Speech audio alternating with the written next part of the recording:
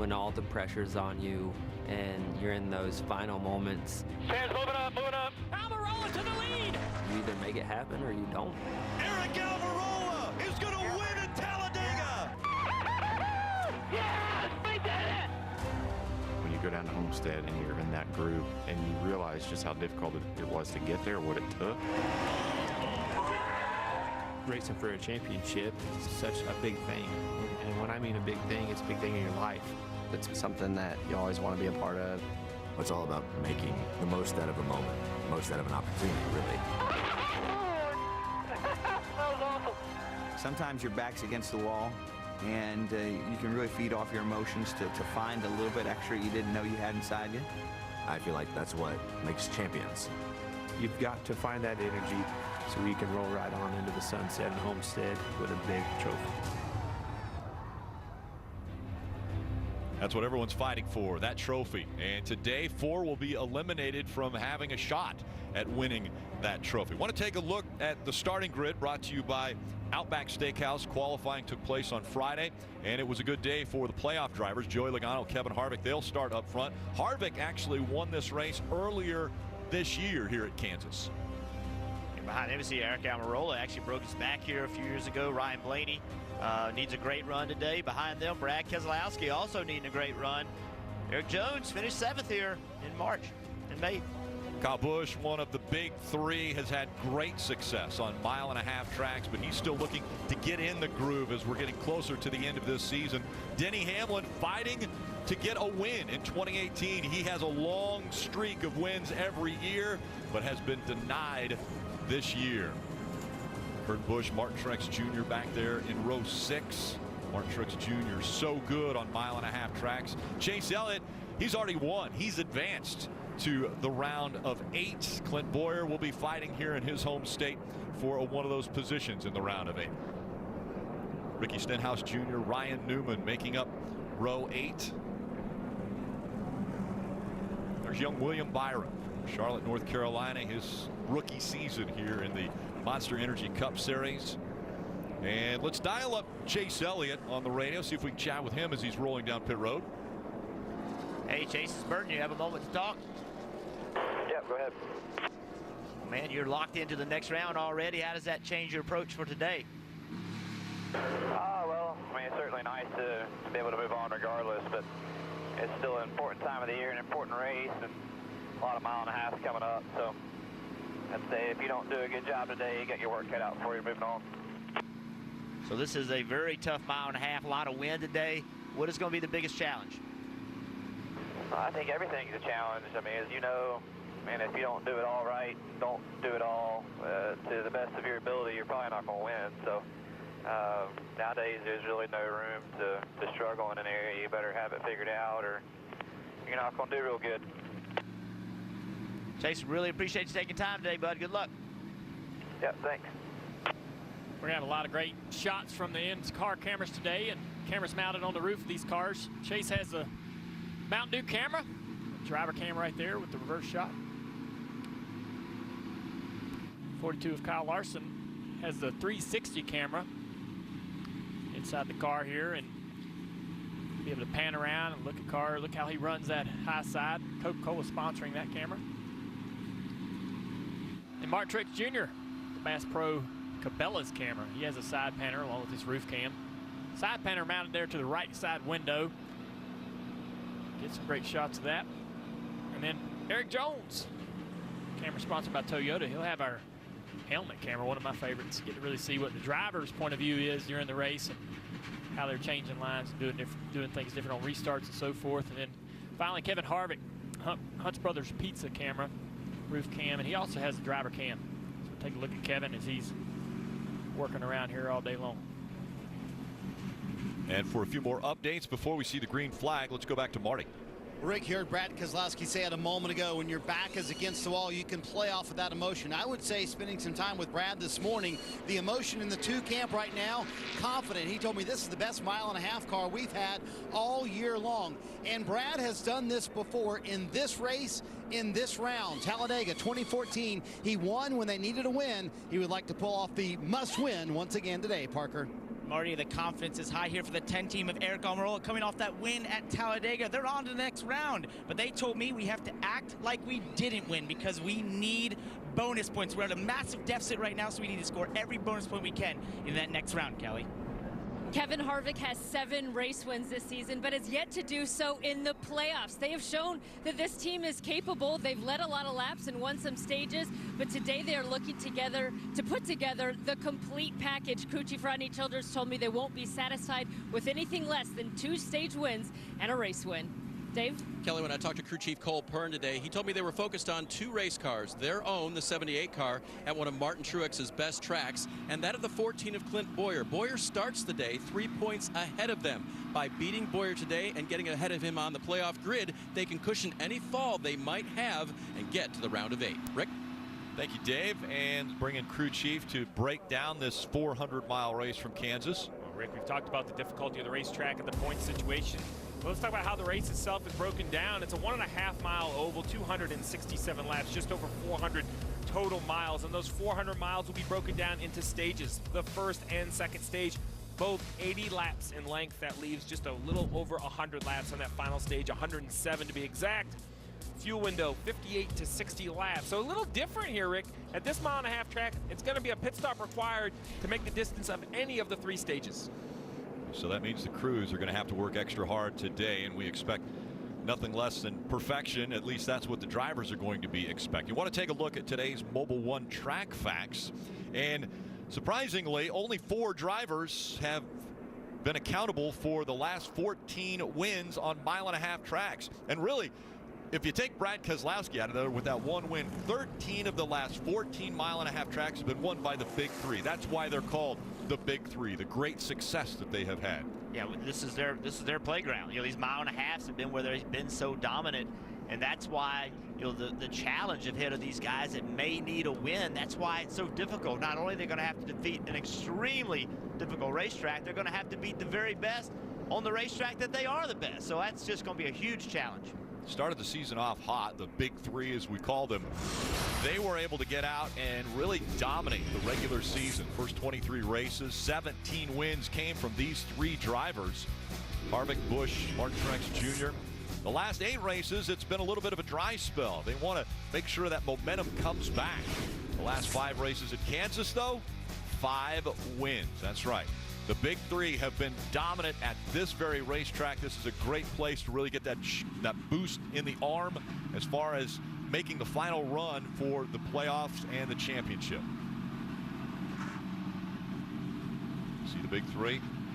And we're going to be able to see the eyes of Kevin Harvick through his visor today. There'll be a lot of looking around. So good at this racetrack. Kevin Harvick, Martin Truex Jr., Kyle Busch.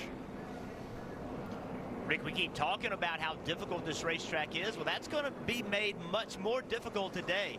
In practice yesterday, the wind was blowing 180 degrees in the different direction. Now it's shifted. And now where your car was driving a certain way in 1 and 2, it's going to drive completely different. And the same in 3 and 4. So those drivers are going to have to shift. Here you go. Here's the flags yesterday on the left, blowing left to right. Today it's blowing right to left. So it's going to be a major change. The wind makes these cars drive completely different. It's going to be a difficult challenge. Another variable that they will have to deal with. Let's listen in to Kurt Busch's radio. This was moments ago. Your flags on the pit road look like a headwind there, and then the flag in 1 and 2 is blowing across towards turn 2. Yeah, it looks like 1 to 3 is what I would say. So talking about the wind going from turn 1 to turn 3, that'll be behind them down the backstretch, which yesterday and Friday, the wind was in their face or on the hood when they were going from turn 2 to turn 3. Well, the whole conversation today is going to be about the elimination, Rick. And there is the chance somebody could win and move forward, but it's also going to be about points. This first stage, 80 laps. And remember, at the end of stage 1 and stage 2, the top 10 on the track will receive points, with first place receiving 10 points, 10th place 1 point. We saw drivers tie in the last round, Rick. These points could be vital to advance and still have a chance at a championship. Yesterday in the Xfinity Series race, we saw how important the initial start of the race was. There was championship contenders that got caught up in a wreck going through turn 1 and turn 2. Well, the field 2 by 2 as they go in front of the grandstands here at Kansas Speedway. Elimination Day at Kansas. We're underway, 400 miles in front of us.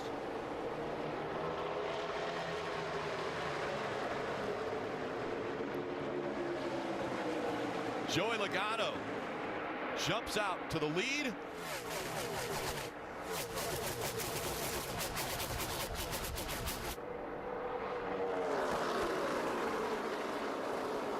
Everyone tucked along that white line with the exception of Eric Jones in the 20, Eric Almirola in the 10. Those two side by side right now for fourth. Almirola goes all the way to the apron trying to get an advantage. What you can see already, though, is even early in this race, Eric Jones in that red car on the outside is able to make pace on the outside. A lot of racetracks you go to, it takes laps before you can do that. At this racetrack, you can go there immediately. Every position on the track matters. You see points as they run. Don't have to worry about the 10 and the 9. They have won and advanced already into the round of 8. Everyone else fighting for either the win, which will guarantee a spot in the round of 8, or the points that they can accumulate. And every spot is worth a point.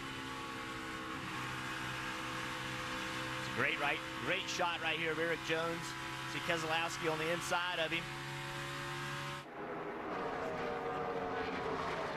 And slow on the track, the 19 of Daniel Suarez definitely off the pace. Yeah, Rick, he made heavy contact with the wall off turn 2. The 88 was right behind him, running the top, and right in front of the 88, the 19 slides up, makes serious contact right here. Look at the 88 of Alex Bowman in a must-win situation, and right in front of him early, the 19 of Daniel Suarez. A little damage on the right front of that 88. There it is at high speed. Daniel's next corner exit on turn 2, man. You can really lose the race car. You see Daniel chasing that race car. Same place we saw the guys in the Xfinity Series get in trouble yesterday early in the race. So Suarez and their crew on pit road. Marty. And Alex Bowman does have some damage. Good eyes, Steve. Yes, they did say 12 o'clock on that right front fender, straight up and down. There is a little damage. I don't know how much that's going to affect them during the race. But again, one of these playoff drivers in a must-win scenario, and a little damage for that 88 early on. Dale, you and I used to have this conversation all the time. We come to a mile-and-a-half track like Kansas, where as these tires wear, we expect these drivers to go right up against the wall. Manage your equipment, right? This is a 400-mile race. I know there's speed against the wall, but you can't make contact. The 88 obviously had nothing to do with it, contact with Suarez, but other drivers are going to have to manage that distance to the wall. Yeah, you're going to get up there, and it's going to be faster. The higher you get, the closer you get to the wall, there's a little extra speed with every inch. You get close to the fence, but you pay that price and risk making a mistake. See what Larson's doing right here. He's been working his way from the back of the field, running on the bottom of 3 and 4 here behind Austin Dillon. It's a backup car for Kyle Larson. Had an accident. You see already up 15 positions, so making sure work. His teammate Jamie McMurray, both Chip Ganassi cars had to start in the back. Jamie McMurray had an engine issue. Marty. And I talked to his crew chief, Chad Johnson, talking about Kyle Larson, about this backup car. He said, honestly, it's not run all year long. It's been on our truck as our mile-and-a-half backup for almost the entire year. And because of that, and Steve, you know how this is the case, it doesn't have all the updates that our primary car had on it with all the aero things that you put in. You're almost updating those things every week. He said it would be impossible for us to keep the backup car that updated, so you can understand, not quite as good as what the primary was, but Kyle Larson makes up for a lot of speed here at Kansas. It might not be the exact car that they want to be racing, but so far this 42 car looks very solid, and no surprise where Kyle Larson is making up a majority of that race, or excuse me, a majority of that time running at the top of the racetrack. Dale, he just seems so comfortable up there. Yeah, he's one of the best at running the high side. I think his dirt background really helps him out, because on the dirt track, you know, they have to chase the groove and find the cushion and things like that. So, and I feel that running the top on these mile-and-a-half racetracks must be very similar to what it feels like to run the cushion on a dirt track, and you use the same thing with throttle and so forth. So it seems to come natural to him. And I wonder, I agree that Kyle Larson is very talented up there, but his teammate Jamie McMurray also runs so well against the top of the racetrack. You wonder if Chip Ganassi Racing can focus on their setup, so their approach that allows both drivers to run up there. I think if you asked Larson, he would tell you he'd prefer to run the bottom, but his car wouldn't work the bottom the best, so he didn't have to go to the top. The top's sort of like a last resort or a second, preference. When you're looking for speed, you'd really rather make it on the bottom. And he's talked about that. He runs the high side less this year because he thinks they have improved their cars. Back up front. Yeah, we talked about running different lines, and the reason you do that is it's faster. You find a place where your car is faster, but also it helps you try to get around cars. It's one of those racetracks that's very difficult to pass. You see almost in the wall from the back of the 20 car. You saw him looking back at Kyle Busch. Kyle Busch was flirting with hitting that wall. But you can see Daniel Suarez is pulled out in front of Eric Jones, and Eric Jones has not been able to get by him. This is the place that's hard to pass. So you'll see those drivers move around, find different lanes to try to make that pass. Joey Logano out front after winning the pole. Blaney and Harvick running in the top 3. It's NASCAR Monster Energy Cup Series racing from Hollywood Casino 400.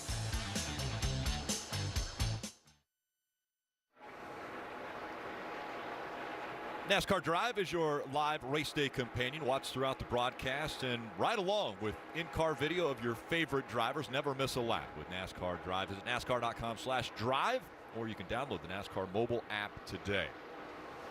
Want to take a look at some Outback curbside takeaways from Kansas.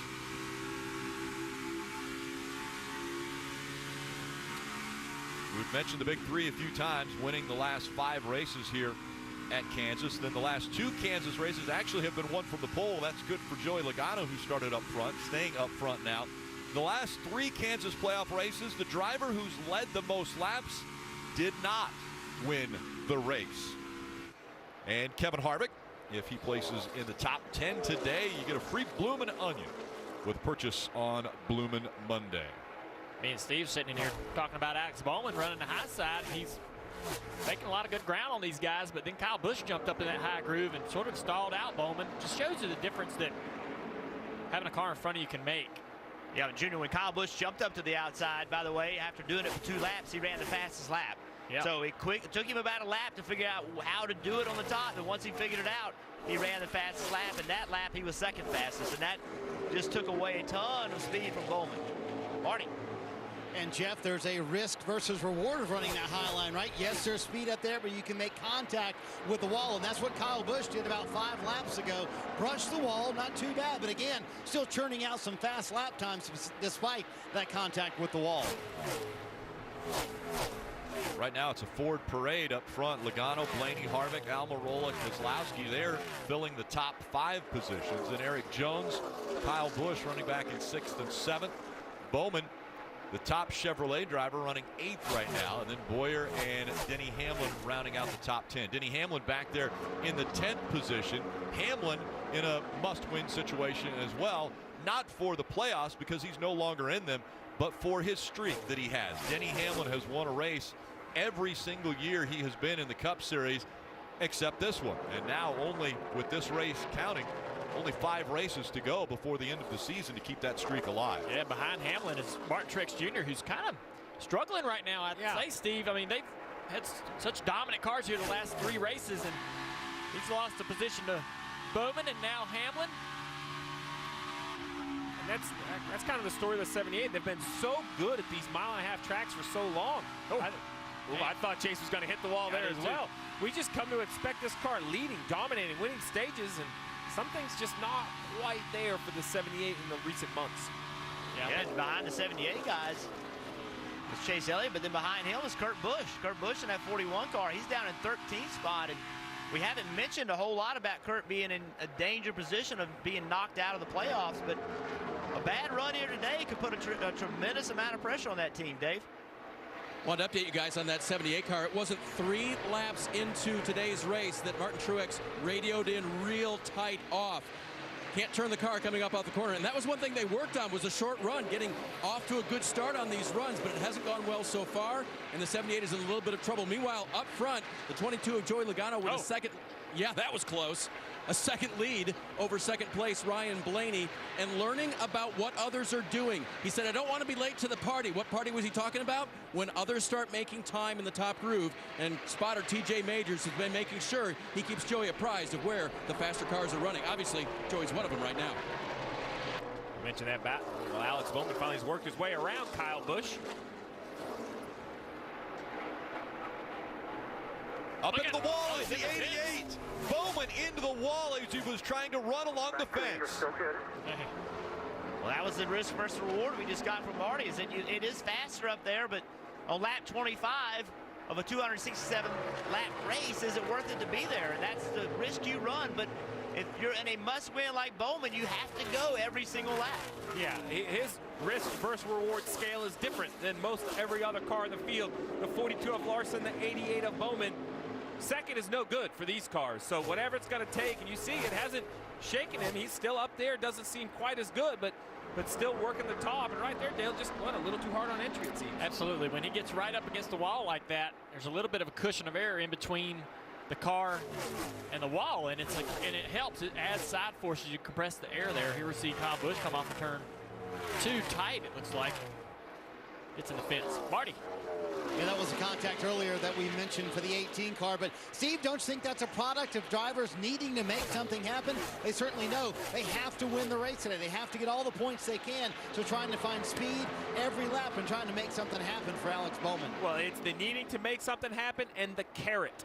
The higher you go, the faster you go. But, Rick, up there all the way at the top is that white safety barrier, and it is not going to take care of your race car.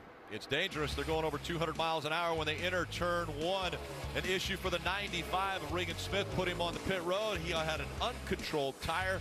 That penalty was served.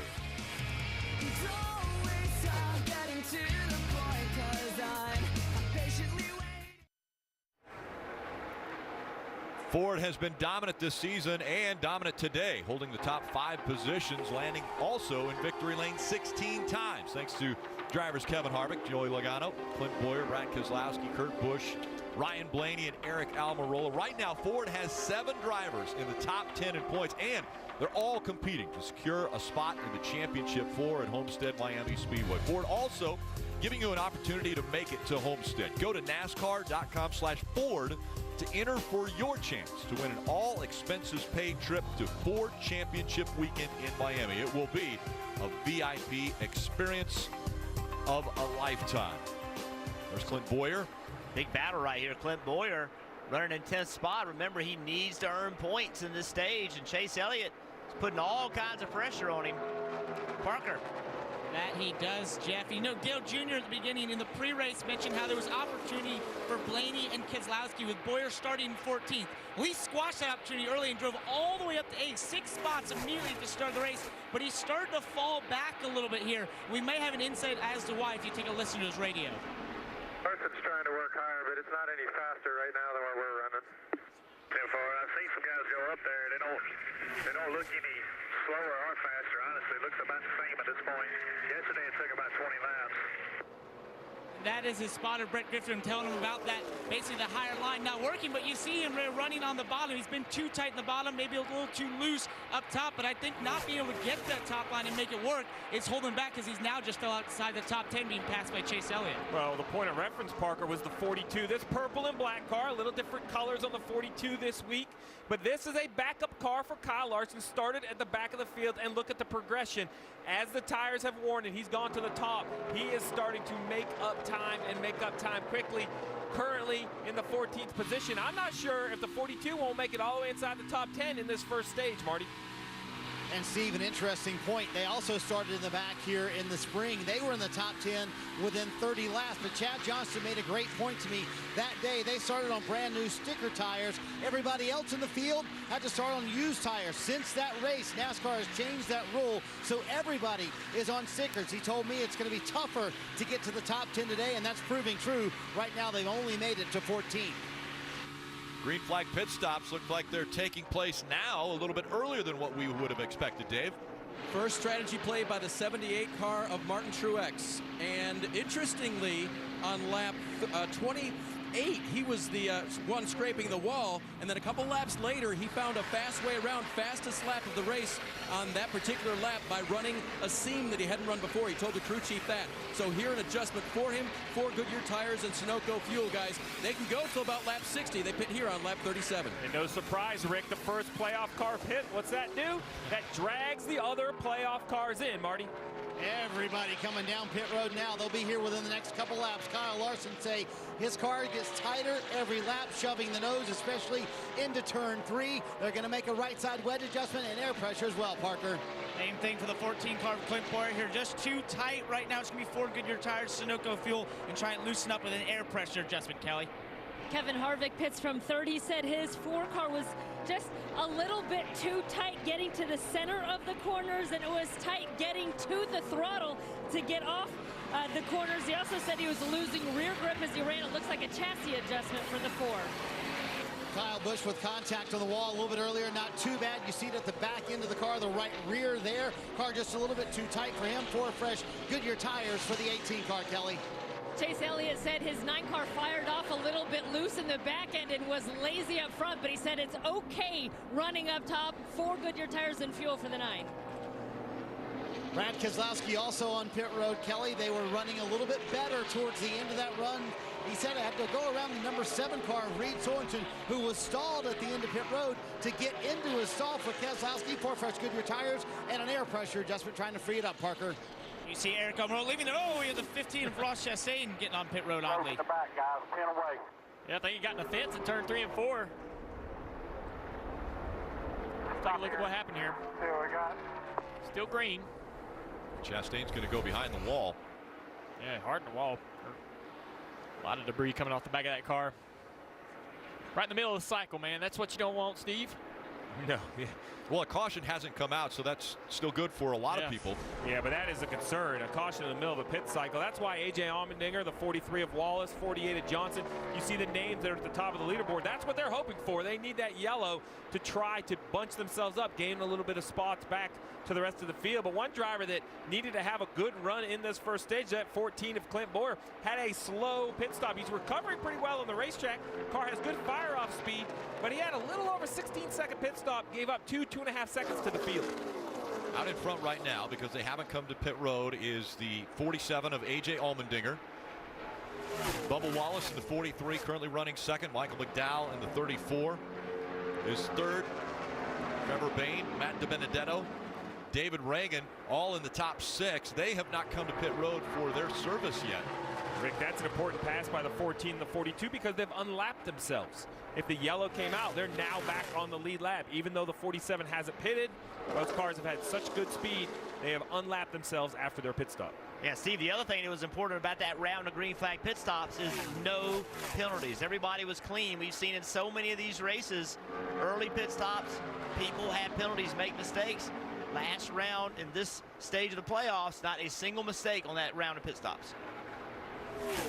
And all of the playoff drivers have been to pit road and back out onto the track. A.J. Allmendinger leading at Kansas.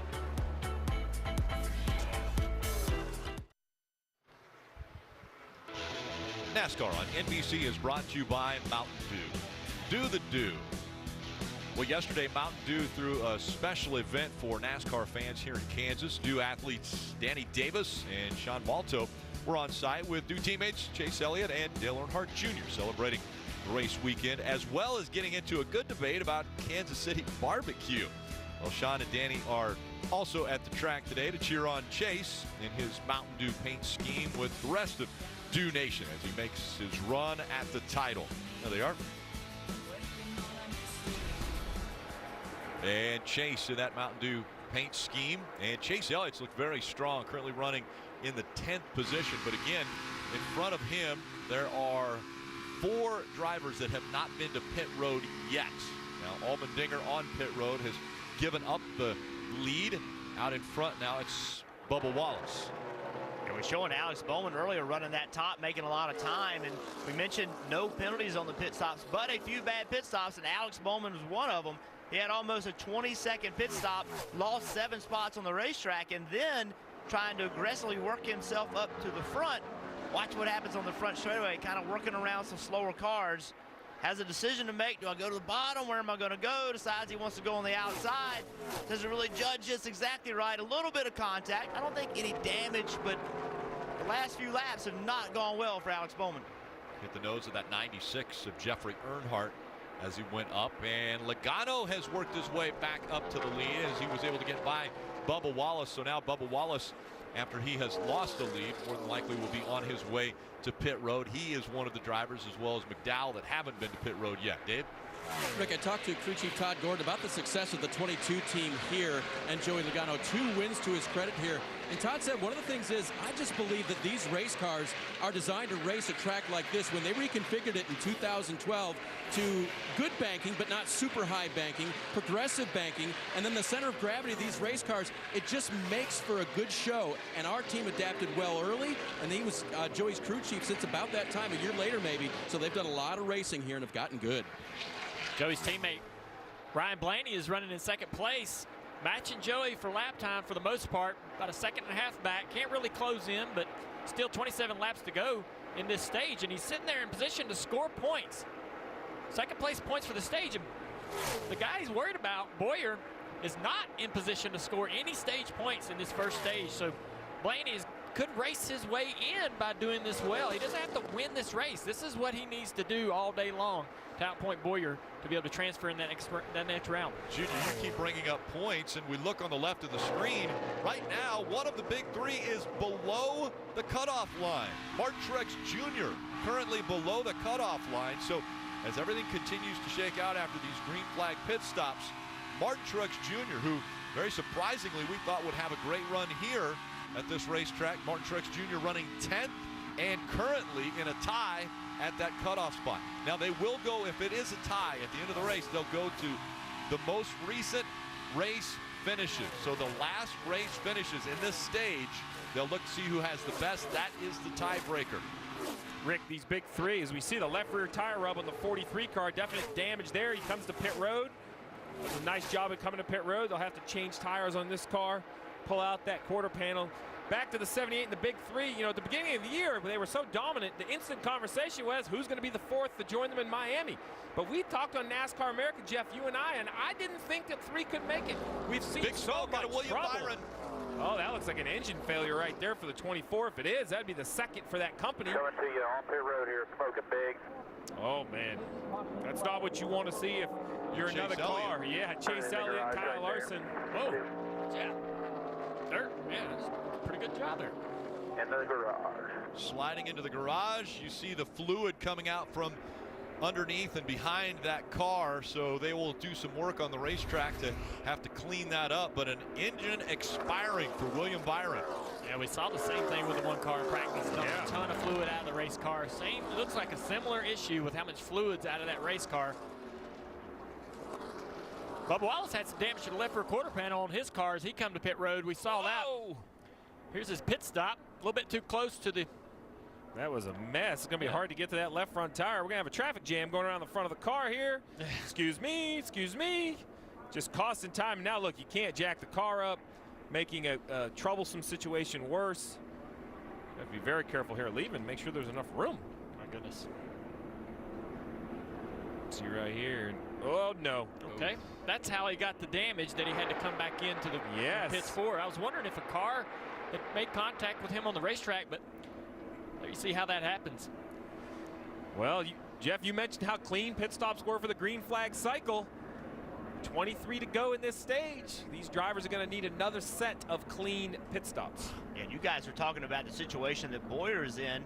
Well, guess what? His teammate, Kurt Busch, he's not in a much better position. He's lost a lot of spots running all the way back in 16. So I think they were really glad to see this caution to maybe come in, work on this car, get a chance to make it better. They were going the wrong way, and they were much slower than their competition. They've got some serious work to do on this car. So, Jeff, right there before the engine of William Byron expired, I was talking about the big 3. You and I had this conversation, right? Would they make it to Miami? And I just don't think there's a seat at the table for all 3 of them. While their numbers are impressive, we know how difficult the playoffs are.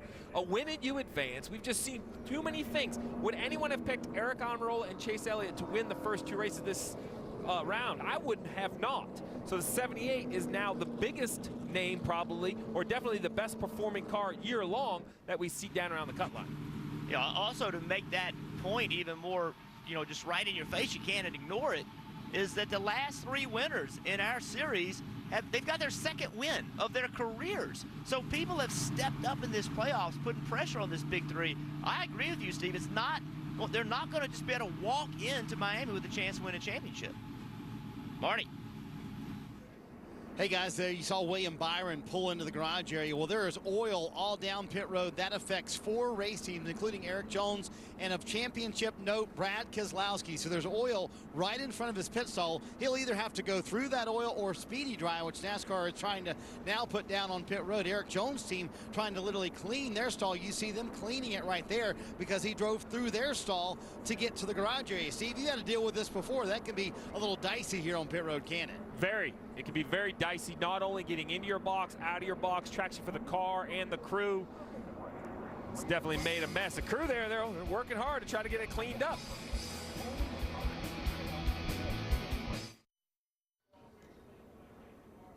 Well, Sunday Night Football is just down the road from Kansas Speedway at Arrowhead Stadium. Andy Dalton and the Bengals will visit Patrick Mahomes and the Chiefs. Football night in America, that's 7 o'clock Eastern.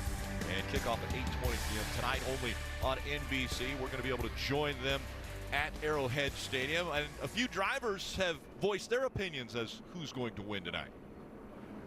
Sunday Night Football on NBC. Home, Kansas City Chiefs right after the Cup race. Can't wait. My butt's going to be over there. My wife and I are going to be over to watch the Kansas City Chiefs put the hurting on the Bengals. Can't wait. Yeah, I don't know. I got a couple guys on my team who are pretty big Chiefs fans, and Patrick Mahomes kid is pretty good. But I think whoever scores the most points is going to win that deal. That's my prediction. All right, folks, we're 2 for 2 now. I told you the GOAT was going to bring home the win against the Young Gun last week. But this week, it's all about Mahomes against those Bengals. We're going to see him light it up again at home in Kansas City. Watch it on Sunday Night Football on NBC. Ryan Blaney pretty assertive there with his prediction. Yeah, he sold it. It was accurate. Oh, man. Yep, pre-race. There's Cash with the Chiefs hat. Clint Boyer with a few drinks in the football game. Boyer's ready for this game tonight. Oh, yeah. I know he's got some business on the track to tend to, but he's excited about going. Well, I know he wants to go over there in a good mood. Yeah. Right now, I know he's not. You're He right just about can't be in a good mood at the moment. Blaney's car is a lot closer to Chiefs red than normal this weekend, too, you know? That is correct. Regular colors on Blaney's car this week. And again, mentioned Clint Boyer. Of course, he's going to be a Chiefs fan. He's from right here in Emporia, Kansas.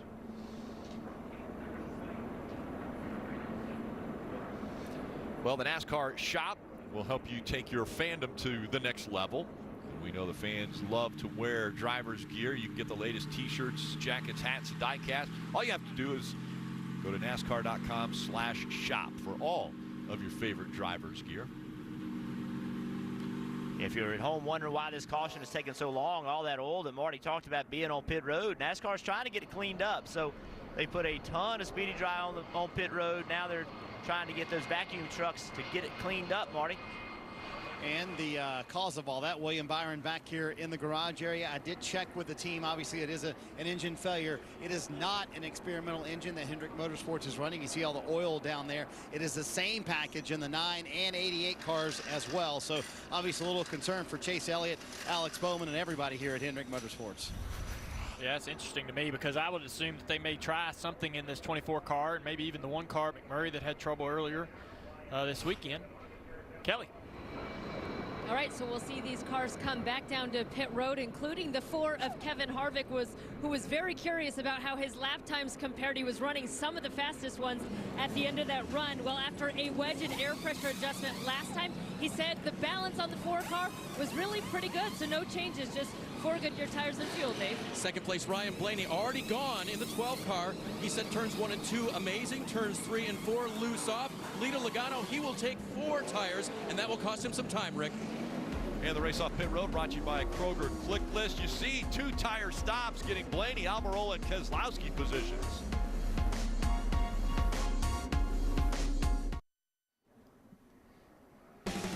It's Monster Energy Cup Series racing from Kansas. Telecast presented by Outback Steakhouse. Elimination Sunday.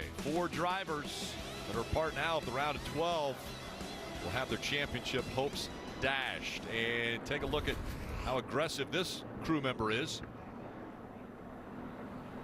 I'm not sure if he was going to the right side or had work to do, but he was playing chicken with his driver, Martin Truex Jr. Race cars always win, Rick. I don't suggest that. The field is really shook up right here. Stenhouse Jr. stayed out. He's on old tires. Field approaching the Geico restart zone now.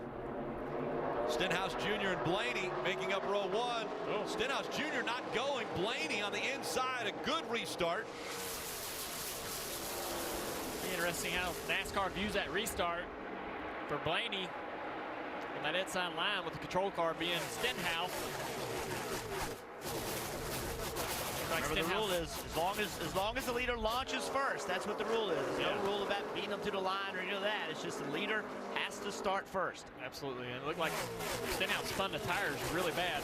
NASCAR says the restart's good, so Blaney's got to take advantage of that. Try to go out here and win this stage. Try to put as many points on the board as he can. I'll tell you who's taking advantage of this restart, Clint Boyer. He's driven up to 7th place right now. There you see him right behind Kyle Busch. Yeah, that's pretty good because he restarted 11th. That inside line's not been that good on restarts. The outside line's been the more dominant line, but he's taken advantage of it. Whatever opportunities presented to him on this restart, he's done some good job. Marty.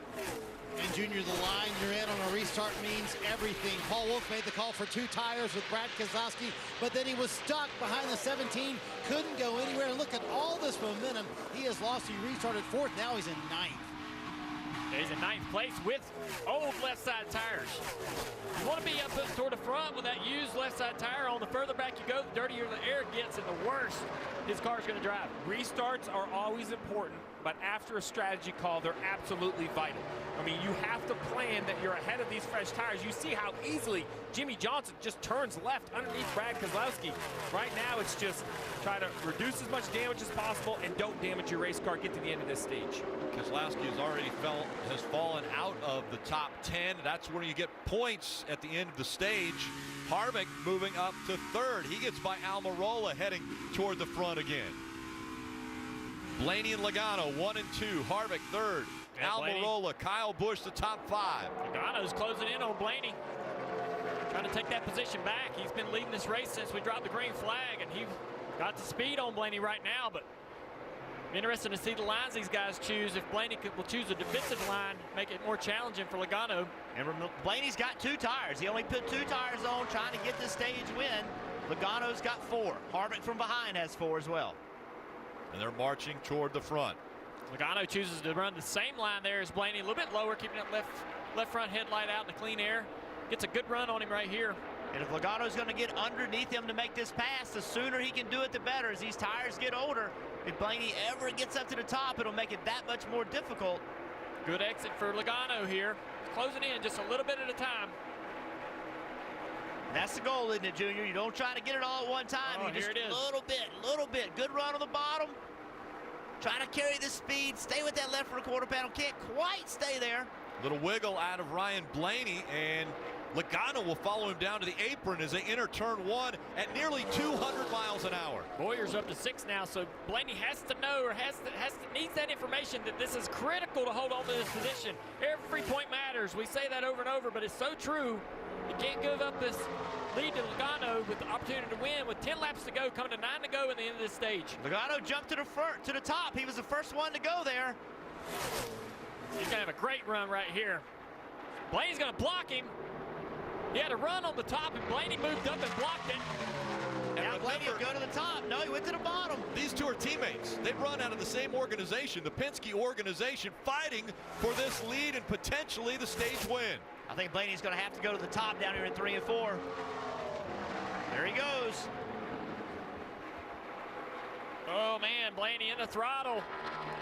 22 car turns so good. He's going to be almost to his door. Yeah, he's going to side draft. Blaney's got to get down here on the quarter panel at 22 if he wants to side draft off into turn 1. 22 cleared him. 22 used that apron, made the straightaway shorter.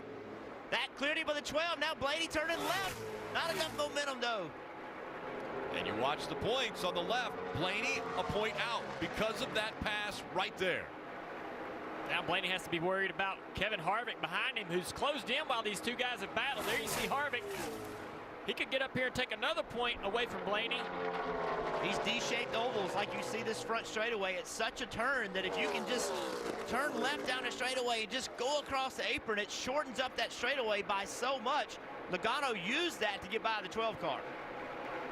Little wiggle again out of Ryan Blaney in the 12, the 22 now pulling away as Harvick is closing in on Ryan Blaney for that second spot. And behind Harvick, Clint Boyer's found some speed. He's improved the competitiveness of his car, and he's closing in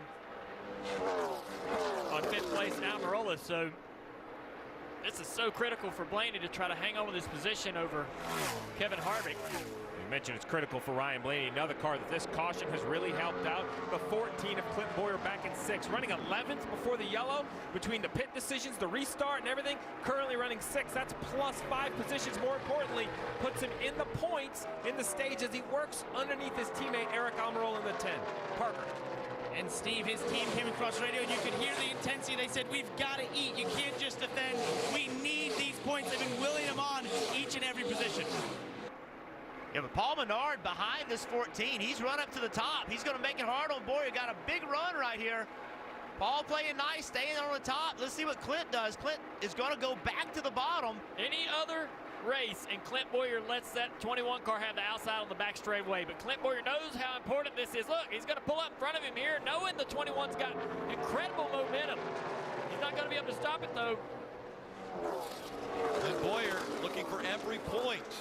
Clint needs a really good 1 and 2. If he could beat Menard off of 2, which I don't think he's going to be able to, then he could have jumped up on the outside. Needed to get to the top a little sooner. Yeah, I'm surprised he stayed at the bottom after he blocked the 21 down the backstretch. I thought we were going to see him go to the top of the racetrack. Once again, he goes to the bottom. The 21 just gets such a great drive off the corner. You see on the right, almost the inevitable. We knew Kevin Harvick was coming. He's now taking the 2nd position from Ryan Blaney. Kevin Harvick, one of the fastest all weekend, now has moved up into the 2nd spot. It's Logano and Harvick. This is how Harvick made the pass. Harvick, typical Kevin Harvick, left side tires right on that white line. Took the air off the back of the 12 car. Blaney had to chase it. Fight's over right there. That shoving that nose underneath the quarter panel of the 12 car takes the air off the spoiler. Now Blaney cannot accelerate. Harvick takes advantage. Well, why are these battles so intense? Because there's 2 laps to go in the end of stage 1. That means in 2 more laps, points will be awarded to the top 10 cars. 10 points to win the stage, 1 point for 10th. This is the cut race, the elimination race, Rick. These points, you're guaranteed, right? If you finish in the end of stage 1 in the top 10, you start to fill your bucket with points. Well, the 1.5 mile master that we keep talking about, who's coming to a racetrack that he's always so good on, Martin Truex Jr., he is out of the top 10. So a guy we would think would be running well as we see the assault of 10. But I don't know what's happened to the 14. He's got a lot of people right behind him, but you would think that Martin Truex Jr. would be in the top 10 easily. Yeah, Clint Bowyer in the 48 and Jimmy Johnson just had a heck of a battle in 3 and 4. There's Logano on the left side of your screen. He is going to cruise to the stage 1 victory. So Logano's going to gain those 10 points. A strong run in stage 1 also for Kevin Harvick, coming home in 2nd. Blaney, Kyle Busch, Menard all grabbing points. Menard not in the playoffs. Almirola is, as well as Bowyer and Chase Elliott. How about Paul Menard having a really good day in 5th place? Joey Logano coming into this race had a 39-point advantage over the cut line and now wins stage 1.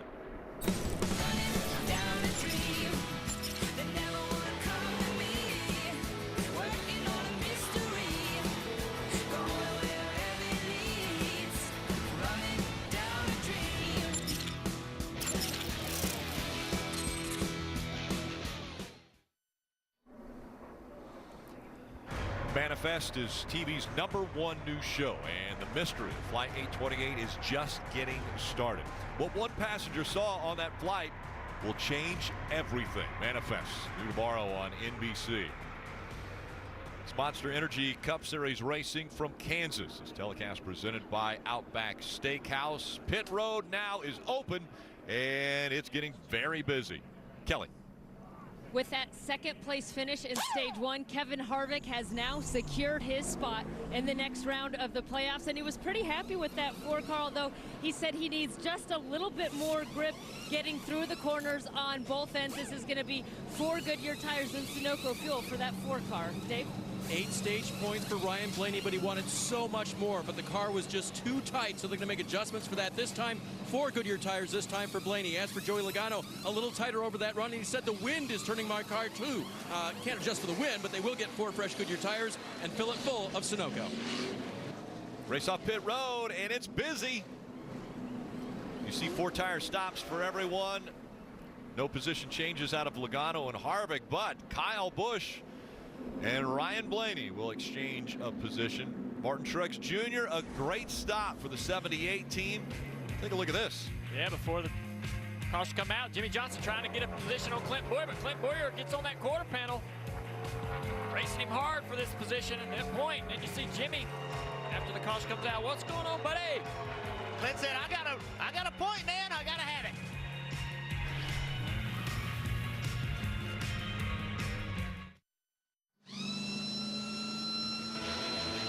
Welcome back to Kansas. Stage 1 complete. There is the schedule for post-race, and we're going to have a lot to talk about. It's just a matter of which drivers will we be saying are moving on, because this is Elimination Sunday. Joey Logano on the pole, wins Stage 1. One of our storylines from the pre-race atop the Peacock pit box was, is there enough room at the inn for the trio of drivers from Penske? Ryan Blaney and Joey Logano battling for that stage win. Joey Logano edging him out. But then you have, where is Brad Keselowski? Brad Keselowski, currently 14th, doesn't get any of those stage points. Another storyline, the big 3. We told you they have won the last 5 races here at Kansas. They're all still in the mix, all finishing in the top 10 in that first stage. So what will we see in stage 2? It's the same amount of laps, 80 laps in stage 2 before a 107 lap stage 3.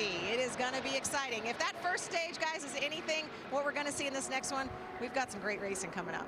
And you've got a great seat right there, Krista. We're a little bit of wind. Yeah, a little bit of wind.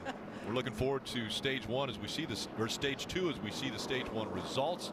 Joey Logano getting the 10 points from that stage, as well as you see the +1. That's a playoff point. That will advance into the next round as long as Joey Logano advances into the next round. But you see all of the names in yellow, all playoff drivers that were able to gain valuable points in that first stage. And getting ready for, as Krista mentioned, the stage 2 start. Logano and Harvick leading the field to the Geico restart zone.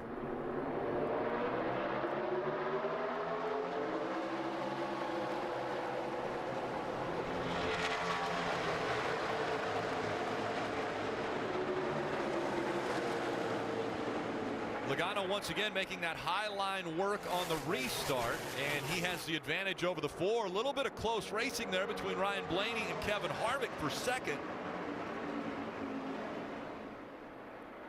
They stay side by side through 3 and 4. Here comes the 18 of Kyle Busch. See, Kevin Harvick's going to try to turn left to get away from Blaney. Blaney turn left to do the same thing to try to keep him attached. Blaney knows that it's going to be hard for Harvick down here on the bottom of the racetrack. Ah, look at Blaney. Blaney really kind of cut him off there. Blaney's got to go. He knows what he's got to get done today. He's just not going to give anybody room. Harvick had to cut him a break. Blaney right now outside of the top 8 in points. You see the 12, 5 points down to the 14 of Clint Bowyer. And again, everybody fighting for points and position here in this elimination race. That's confidence in Blaney, man. If I can clear that 4-car, which is the best car in the sport right now, I can drive away from him. So he has a lot of confidence in his car, knows exactly what he needs to accomplish today. How about that purple car right there? Kyle Larson starting to come in the picture a little bit. Up to 7th place. Well, I know he has 5 career wins, Rick, but If this 42 car, Marty, could go to victory lane in a backup, in a must-win, and advance to the playoffs, it would have to be the biggest win of his career. Well, remember, Steve, he told me before the race it has to be the perfect race for me to be able to do that. Clearly a good racetrack for Kyle Larson. The car has been way too free for him, but incredible if they could pull that off. The game, they know they have to win. He's trying to run that high line, get it to work. You see, he's higher than anyone trying to create that speed. Battle for seconds heating back up. I think Kevin Harvick's a little frustrated by that move of Blaney kind of running him tight there in 1 and 2, and it looks like Harvick driving down here trying to catch him. I think we haven't seen from Kevin Harvick yet today. And this is kind of Kevin Harvick. He knows it's a long race. He doesn't put his car in jeopardy early in the race unless he has to. We've seen him pretty much locked around the bottom. Be interesting to see as this race goes on if we don't see him up there by that wall on old tires. I'm not a fan of this line of Ryan Blaney's. I know his car might perform better just off the white line, but I feel like he leaves that air for the 4 of Kevin Harvick. Look how much lower the 4 is able to run. I know it only looks like a couple feet, but that air to that left front fender and corner entry, I think allows Kevin Harvick to make the corner more successfully. Well, that lap to 12 did go to the bottom of the racetrack, and look, it gapped him just a little bit. Kelly mentioned earlier the 4 gaining any valuable points they could in stage 1 would lock them into the round of 8. And so based on points and the points that the 4 has already gained through stage 1, Kevin Harvick is assured a spot in the round of 8. So now 3 drivers have locked themselves in, the 2 that have won in Almirola as well as Chase Elliott. And now Kevin Harvick is locked into the round of 8. Only 5 spots still remain. He's right on his bumper right here. Look at, 12 looks a little free off the wall. Harvick to the high side here, going to get on that quarter panel. Can't quite get there. Steve, you said it. The 12 car wasn't on the bottom. Gave Harvick a little bit of air, so he was running the bottom. Then Blaney fixed it, went to the bottom. So then Harvick went to the middle, ran Blaney down. Now Blaney's gone to the middle, trying to take that air away from Harvick. Just a response to what Kevin Harvick was doing from behind is what you're seeing from Blaney right now. It's like a 200-mile-an-hour game, as Simon says. You just have to do it at the right time, right? I mean, Blaney's trying to drive out the windshield and out the mirror at the same time.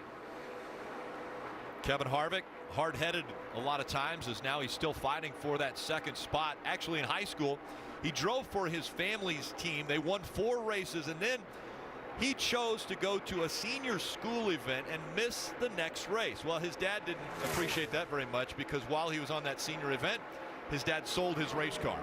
So Kevin Harvick knows that racing is very important to him, and he also knows how important it is to get those wins.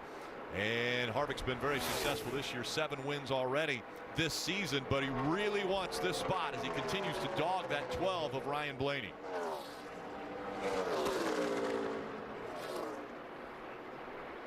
He knows if he can get a little bit closer and disrupt the air on that 12 car. Right there he is. He's right on the quarter panel. Look, just like I said, the 12 car really loose off turn 2. The 4 car can get right up to that quarter panel on the left side. Look at him driving the gas, try to pick the gas up before Blaney. Close that gap. He's right there. Blaney's gonna have a hard time holding him off here. I think he's gonna settle in behind the 4, off into 1. Yep. Makes a choice to give up that position and maybe fight him later on. Now Harvick will set his sights on Logano. So Harvick has cleared the 12 of Blaney, holds on to second. He's about 1.6 seconds behind Joey Logano. Parker. Guys, I'm actually down here in turn 1 as we saw that pass of Kevin Harvick on Ryan Blaney, because I want to show you the speed of these race cars. They're doing over 200 miles an hour into turn 1, and it's absolutely insane. The speed, you can see it down here. You can feel it, and it's the wind, especially when a pack comes at you. Look at 78, Chase Elliott, all these cars rushing by. It's an awesome sight down here in turn 1. Over 200 miles an hour, right up against the wall as they enter turn 1. Well, these 2 guys right here, the last few laps, has been really interesting. The 14 drove underneath the 78, cleared him, then the 78 cleared him down the back straightaway. They've been going at it, Dave. And Jeff, there's been a little bit of concern from our vantage point watching the 78 here. There has been on their radio as well. During that caution, they took some time to discuss. I don't know what to do. Maybe I just need to tighten this thing up and run the wall. I don't know. Yeah, 10-4, that's what I'm not sure on. I mean, we're not making any ground doing what we're doing. I talked to Cole Pern this morning. There was no concern about anything that would go wrong here today, so this was a bit of a surprise to them on the last stop. They went kind of back halfway on the air pressure adjustments they had made, and at least he's past Boyer. See how far the 78 can go now. But you heard that conversation, Dave, about what decision, where do I need to be better? You heard Martin Truex say, I don't really know. Like, maybe we just need to tighten it up, and I'll just go run the top. Meaning that they don't want to have to run in one place. See Chase Elliott making this move, but maybe in the situation they're in, the best thing to do is just be to tighten the car up, make it comfortable, and run that top lane. Chase Elliott with the slide job there goes right up the racetrack in front of the 78. 78 doesn't have enough momentum to do the crossover and come back. So Chase Elliott now has that spot. That was the 10th position. Truex Jr. has fallen out of it. Now to the bottom of the racetrack. Martin Truex Jr. goes, and you see Clint Boyer and then 14 back behind them. Also searching for that elusive grip here at Kansas Speedway. Logano still out front, though, as he is a Stage 1 winner.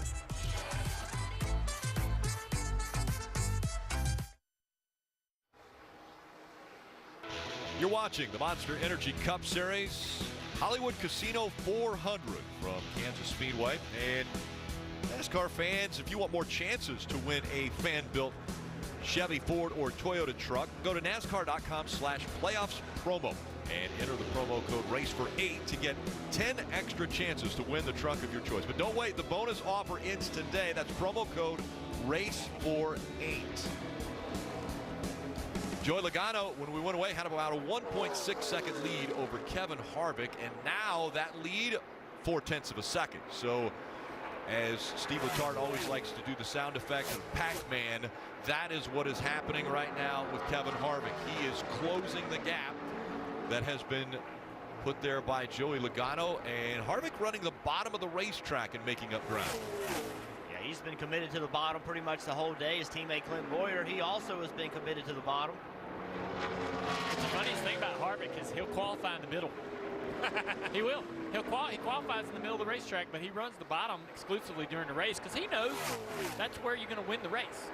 You're going to win the race on the bottom of the racetrack late on these short runs. These guys that run the top, I was one of them. You'd have a great day all day long, but at the end of the race, you better be able to run that bottom. So he works down there on that bottom, make sure his car's handling there all day long. Kelly.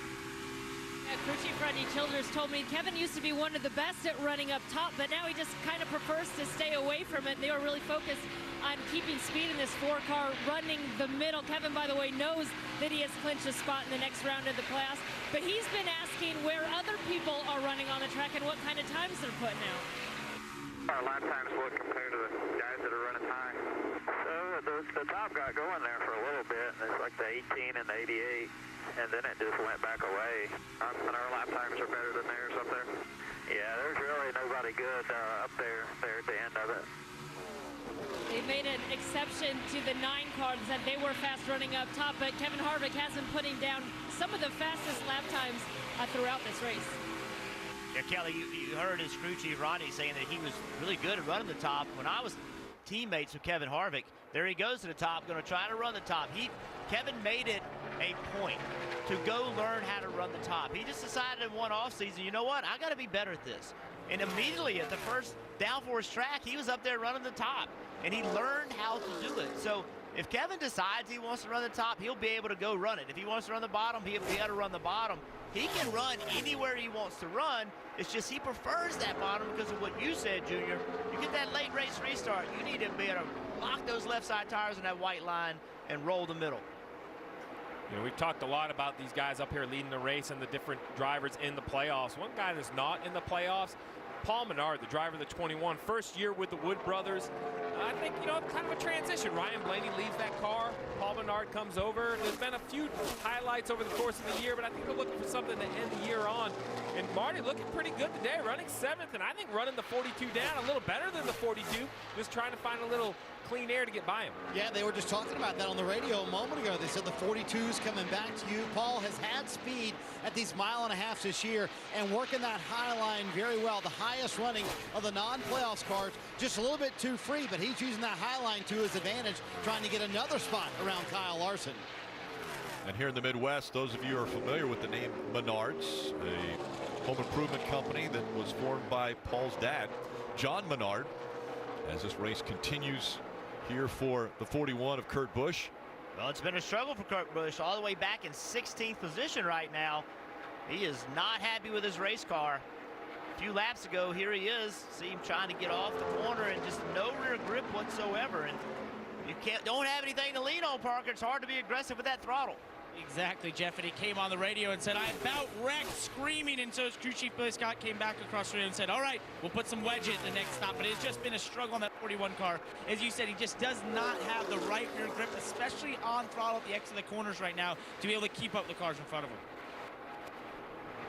And that limits what you can do, Junior. If you do not have rear grip, the car is not stuck. You cannot go to that throttle aggressively. You have to be real easy with that throttle. Marty. And Jeff, the game has changed for Brad Keselowski and his team. Talked to Paul Wolfe this morning. They felt like there was a scenario where they could point their way in if they got points in stage one, as that battle for second place heats up, and the 14 did not get points. That's the exact opposite of what actually happened. So Steve, now Paul Wolfe really has to call this game much differently for Brad Keselowski. They pretty much have to win if they want to make it to the next round. So how do you change your strategy from here out? Well, I would definitely be even more aggressive, and what I mean by that is, well, with 44 to go in this stage, I'd come to pit road. I'd be the first car on pit road. Try to gain an advantage on the other cars. You see Kevin Harvick lose the position to Ryan Blaney right here. Blaney's car has really come on as of late. He's gaining 2 or 3/10 of a second per lap on Logano. I expect Kevin Harvick to be in the same situation. Remember, he's already guaranteed through, Junior, so the 4, I think he's only looking for those playoff points. You get those by winning stages and winning the race. Yeah, the 12 car's flying. Found some great speed around the top of the racetrack and came from a long ways back to run down Harvick. And now look at him. He's going to try to get up there and get this stage point if he can, put himself in position. Well, we got a round of pit stops to go through, but I thought really he was going to fade back into the backside of the top 5, but man, this car's come to life over the last few laps.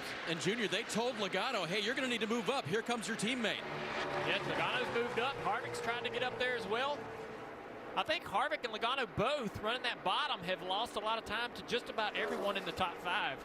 But Junior, as soon as Logano ran up to the top and took that air away from Blaney's car, Blaney had run a 30-80. That lap was a 31 flat. So it took 0.2 of a second of speed off of Blaney's car. That notice from TJ Majors, the spotter for the 22, saying you got to go to the top. That didn't pick up Logano. It just slowed Blaney down. And look right here with the 2 of Brad Keselowski. Eric Jones, wanting that lower line, gets right up to the spoiler of the 2, gets him loose, and Eric Jones goes to take that spot.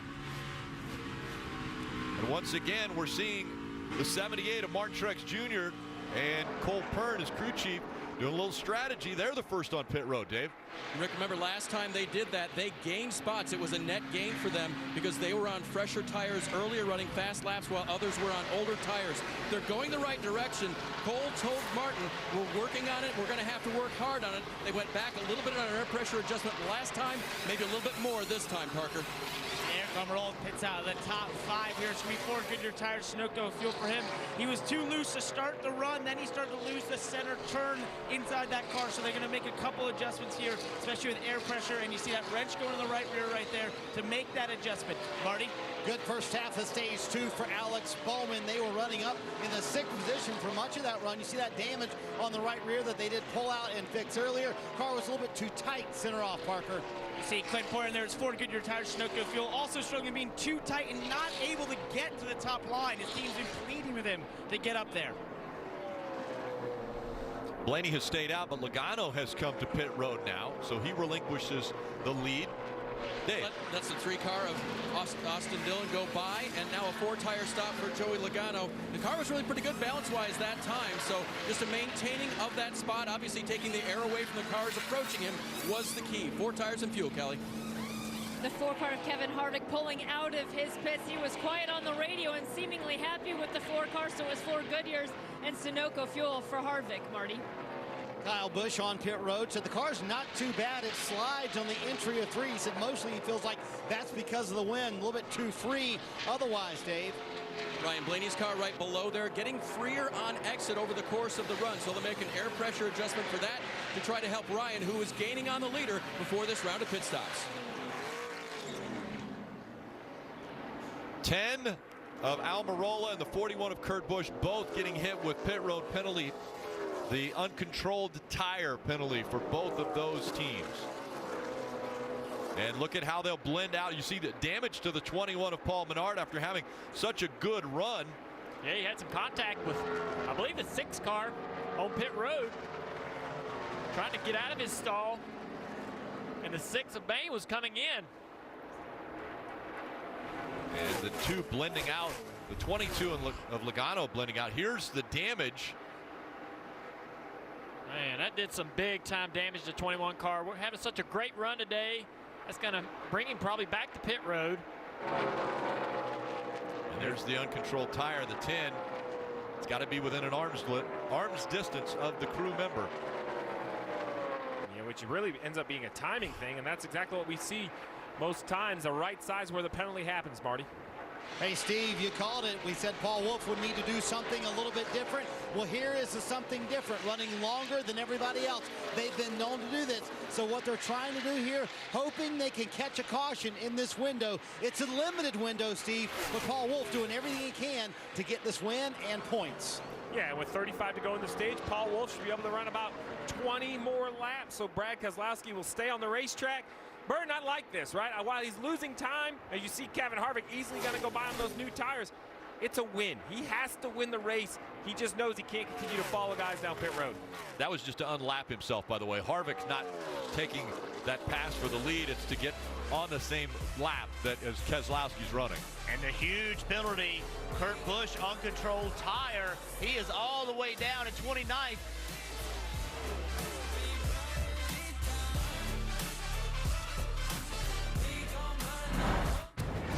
The demands are greater.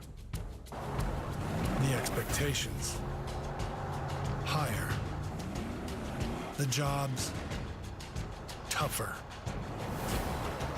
The world moves faster.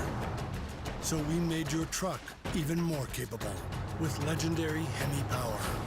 No wonder more people are switching to Ram than ever before. Celebrate Flannel Fest at Bass Pro Shops and Cabela's with big savings on flannels for the whole family. And save 30% on new Cabela's men's thermals. Bass Pro Shops and Cabela's. Your adventure starts here. Chris Cole Busch and the great outdoors are the perfect combination.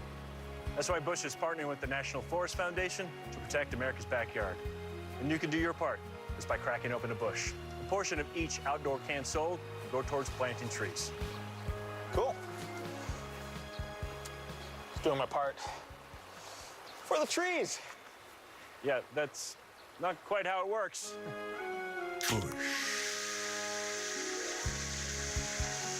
Introducing Sonic's new Car Hop Classic with double the beef, double the cheese, and now double the choices. Try quarter-pound double cheeseburger or slinger with tots for just $2.99. Get them now, ending soon. Do you want to go out? Sure. Do you love me? Absolutely. Will you move in? Yes. And here you are, ready to share your life, your love, and even your finances. Although you may not always be on the same page. But PNC can help you set a budget you both can agree on. The sooner, the better. In fact, today is the perfect time to start. PNC. Make today the day. It's the defining event of the horse racing season. They're off in the Breeders' Cup Classic, where the world's greatest thoroughbreds battle it out. In the richest weekend in horse racing. They're into the stretch. At the Breeders' Cup World Championships.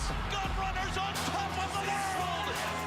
The Breeders' Cup this November on NBC and NBCSN.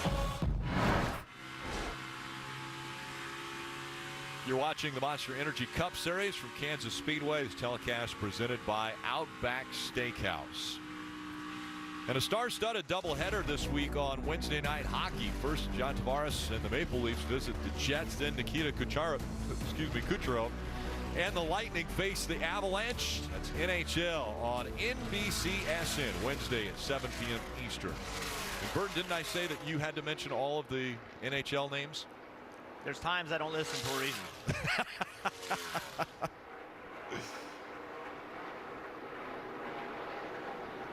So we see the 41 of Kurt Busch. We talked about the penalty that he had, an uncontrolled tire. Here he is, Steve, on pit road in his box. Yeah, so you see the right side tires coming off, and basically right here, the tire change is going to take one.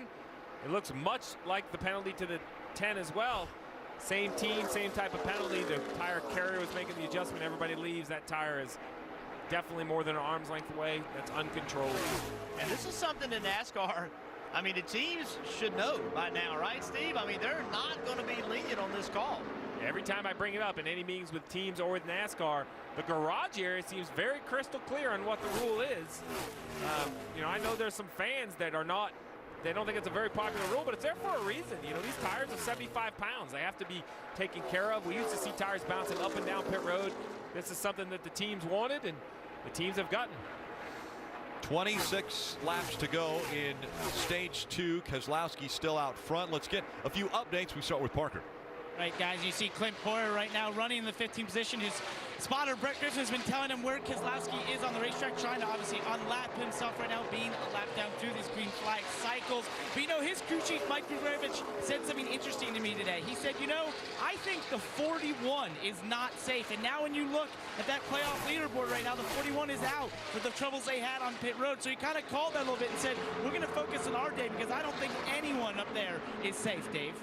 Parker, looking at the playoff points on the left-hand side, you see Martin Truex Jr. is below the line. And remember what he told you earlier today. It's been a crazy playoffs. We've had strong runs, but nothing to show for it. Today, it'll have to be the opposite. It's been not such a strong run so far. They'll need to bring it back at the end. And Dave, we have Kurt Busch, who we just noted had that tire violation on pit road, now finds himself 2 laps down through these green flag cycles. Definitely not hoping for a caution at this time. But, you know, coming into these playoffs, a lot of people had said this team was under the radar. And I asked his crew chief, Billy Scott, about that, and he said, we like that. The thing is, statistically, this car was probably 4th or 5th fastest over the whole season in speed. And they said, you know, if we do that and we keep that speed up and stay on the radar, we think we're a championship threat, Dave. Ryan Blaney just hovering above the cut line there in the 12 right now and running strong today in 3rd place as he goes. Talked to his crew chief Jeremy Bones this morning, and we had a good chuckle when I asked about Ryan's goodness here at the Kansas Speedway. Jeremy said he's good at fast tracks. And I said, oh, aren't all tracks fast for NASCAR? He said, well, yeah, but ones that race like this, he's particularly good. 2's on pit road, Marty. Yep, you see the leader, Brad Keselowski, coming down pit road. He has the very first pit stall off of turn 4, so the car was extremely free. Let's see if Paul Wolfe goes with 2 or 4 tires. It's going to be a 4-tire change here. They're going to make that wedge adjustment, trying to tighten it up really loose, especially center off for Brad Keselowski. They kept him out there doing all they could, trying to pull the strategy. Didn't get the caution they needed. We'll see where he cycles out. 14 seconds to change 4 tires and add 18 gallons of fluid or fuel to that car, and he'll make his way back off of pit road. That puts Kevin Harvick out front for the race lead. Ryan Blaney running a 2.5 behind him. I believe the 2 will easily stay on the lead lap relative to the 4. As the 4 comes down into turn 1, the 2's exiting 2 on the apron, and he'll have fresher tires, 16 or 17 laps fresher than the field. Now he's going to have to try to use those fresh tires to gain some positions back. Harvick, Blaney, Logano, Chase Elliott, Kyle Busch, the top 5, and it's Kyle Larson, Matt DiBenedetto running up there as he still needs to make a pit stop. Jimmy Johnson, Alex Bowman, and Eric Jones all in the top 10. Kevin Harvick has been able to win in Kansas before, looking to win stage 2 as we go NASCAR nonstop from Kansas Speedway. This is turkey in a vat of boiling oil. And these are Arby's deep-fried turkey sandwiches. What inspired us to serve the tastiest, yet most risky preparation of turkey? A really confusing motto here at Arby's that we live by. If you love it, fry it. And if you don't love it that much, fry it until you love it. I never noticed that. Arby's, we have the meats. For sandwiches. Nothing says fall like a homecoming football game, so let's promote our fall travel deal on choicehotels.com like this. Touchdown. Earn a free night when you stay just twice this fall. Or bada book, bada boom. Book now at choicehotels.com. Best tailgate, brisket. No, real football y pollo asado. Hoops and wings. Burgers. 7-layer dip. Hummus. What? You need a hot grill. And an ice-cold Coke. It's got to be cold. It's Tailgating 101. Kevin here says Mobil 1 annual protection is proven to protect for 20,000 miles. It'll save you a lot of time. Dad, with all this extra time. Sorry, buddy. Kevin and I have a tea time at 11. 20,000 miles guaranteed. Mobil 1 annual protection. Know what goes great with steak and shrimp? More shrimp. And you know what goes great with that shrimp? You guessed it, more shrimp. Steak and unlimited shrimp starting at $15.99. Only at Outback. Hey guys, today we're here to talk about trucks. I love trucks. What the heck is that? Well, what truck brand comes from the family of the most dependable, longest-lasting full-size pickups on the road? I think it's a Chevy. Ford. Is it Ford? Nope, it's not Ford. I think it's Ram. Is it Ram? Not Ram. It's Chevy. That's right. From the family of the most dependable, longest-lasting full-size pickups on the road. Gorgeous. Chevy hit it out of the ballpark with these. There we go. Looking left. 3, 2, 1. Here we go. 4 turns. There's a line in the NASCAR playoffs. He picked up quick. One that transforms a driver into a hero. It is the perfect backdrop for an elimination race. Bottom line, survive it. And to cross it first, no excuses, no mistakes. they have to lay it all on the line.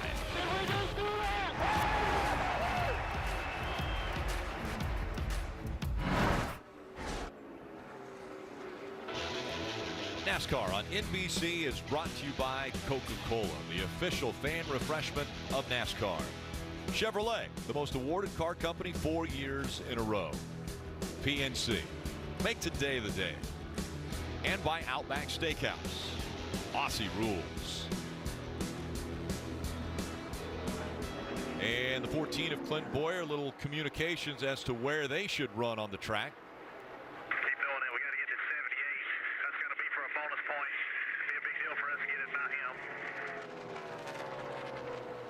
Important for the points. You see the 78 just in front of that 14, so trying to reel in Martin Truex Jr. And that's tough to do on a 1.5 mile track, but we're seeing Martin Truex Jr. run in a really an unfamiliar position, back in 10th. Normally he's way up front, running where Kevin Harvick or maybe even Kyle Busch, both of them running up into the top 5. Kelly. And Kevin Harvick took over that lead after the last round of green flag pit stops. Now he's in position to pick up his 16th stage win of the season. He's collected some of those here in the postseason. About the only thing they haven't been able to do in the playoffs is get an actual race win. They're trying to change that today. Kevin Harvick already a 3-time winner here at Kansas, looking for number 4 today, Dave. Ryan Blaney trying to come back from earlier this year disappointment at Kansas where he could have won the race. He knew it. He said, I wrecked us late in the race. He's led 9 laps here today, and he just radioed in. It's gone pretty loose here at this point in the run. 22 of Joey Logano right behind him. There he is. He's led 100 laps today. One thing that he's got that is a problem for him is when he works down here on the bottom, that turn that works for him there makes him too free at the top if he has to use that later, Kelly. Chase Elliott in the 9 car running 4th right now. His crew chief, Alan Gustafson, told me that their cars for these intermediate 1.5 mile tracks have been their worst discipline over the season, so they've worked very hard to improve them. They felt like they showed speed at a similar track in Vegas a few weeks ago. They really want to show performance here today because they feel like this is the closest track compared to the championship track in Miami. Marty? Kelly, same point made by Adam Stevens to me about Kyle Busch. They're trying a few new little setup things here today. He said this is the one track on the schedule where you can learn from Miami. We're going to learn a few things today. Kyle Busch, another little contact with the wall. They said there's no tire rub, so all good there. Kyle Larson is up to 6 within striking range of the win here at Kansas. They need a little bit more. He said the car's been free all day long, and that's hurting me from running my high line. He told me, I feel like there's more pressure when you're on the cut line. When you're in a must-win scenario, you can go all out. Eric Jones is up in the 7th position, having a very nice run. The highest non-playoff driver right now. The car's been a little bit too free for Eric Jones. It's been fun to ride on board, trying to move up through the field. Kelly? And you can see the 48 there of Jimmy Johnson trying to get around the 20 of Eric Jones. I think running in the top 10 has been pretty good for this team, because when I talked to crew chief Chad Knaus before the race, he said he was full of optimism until they got here into practice, and he just felt like they didn't have near the speed they expected to. His teammate Chase Elliott came here for a test a few weeks ago. They've been trying some things that they learned at that test here. They didn't feel like they were going to pay off, but running in the top 10, it looks like they are. His teammate Alex Bowman felt very good, Kelly, coming to this racetrack, because he said, I've had 2 ARCA wins here. It's probably one of my best racetracks right now, having a very solid run for the 88, but it's not going to be enough where they are. They're right now in 9th, but he needs the win if he wants to advance, Dave. Marty, before we started this through the field, Rick was talking about how they didn't expect to see the 78 back here. Well, believe me, they do not either, and they are trying very hard to work on it. But as Martin radioed them just 5 laps ago, and when he ran the 3rd fastest lap of anyone on the track, yeah, I hit it right once every 10 laps, Rick. We know 10% of the time doesn't work in NASCAR. Not at all. And again, just right outside the top 10, behind Martin Truex Jr., Clint Bowyer, Keselowski running back in 14th. Almirola, who's already on to the next round, is running 17th, and he's the last car on the lead lap. There are only 17 cars on the lead lap. That's the kind of pace that Harvick is running.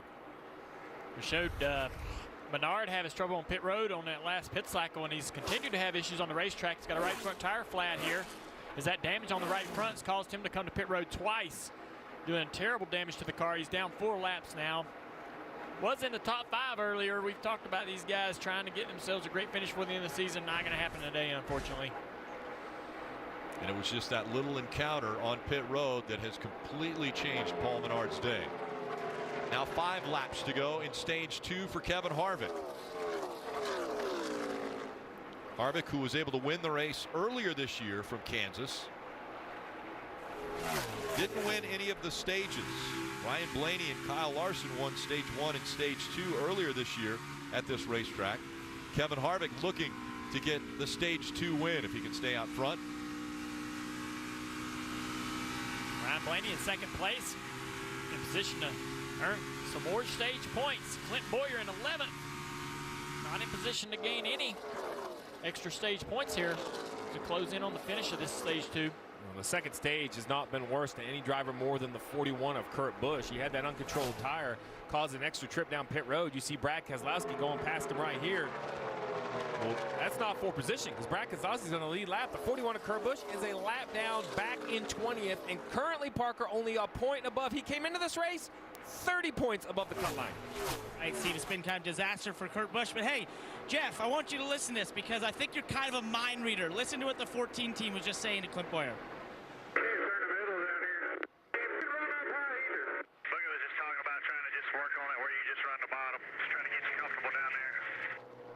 So there you go. You just said, I believe it was in the commercial break, that the 14 just needs to focus on the bottom. Well, his team agrees. They're going to make that car do everything they can to make it work good on the bottom. I guess they're listening to you or something. Well, up here watching, Parker, every time Clint would try to move around, try to find something else, it would actually go slower. So, you know, at some point, you just got to say, okay, we've got what we got. Let's figure out how to make it work the best. And if you just run the bottom, then the team will have some information to work on. So that's what they're discussing, and maybe that's the direction they need to go in. But you can see Clint Bowyer with 2 laps to go in the stage. He's still working, still looking around, trying to find what he needs. Under 2 laps to go, pit road is closed. And Kevin Harvick continuing with his domination now of stage 2. He is 0.7 of a second in front of Ryan Blaney, but in a little bit of traffic here as he's on the final lap of stage 2. Something to keep an eye on. If Eric Almirola ever gets his track position back from that penalty, he has stayed in front of Kevin Harvick this entire run after serving that penalty, so he has good speed. This is to put McMurray a lap down. If he does that, then McMurray would get the free pass at the end of this stage. If he gets by him, he's not going to. Kevin Harvick will win stage 2. Chris Buescher is the first car shown a lap down or scored a lap down in 18th. As you see the top 5. And there are now the top 10 all receiving stage points from the end of stage 2. Kevin Harvick, a former champion, looking for championship number 2. He wins stage 2 here at Kansas.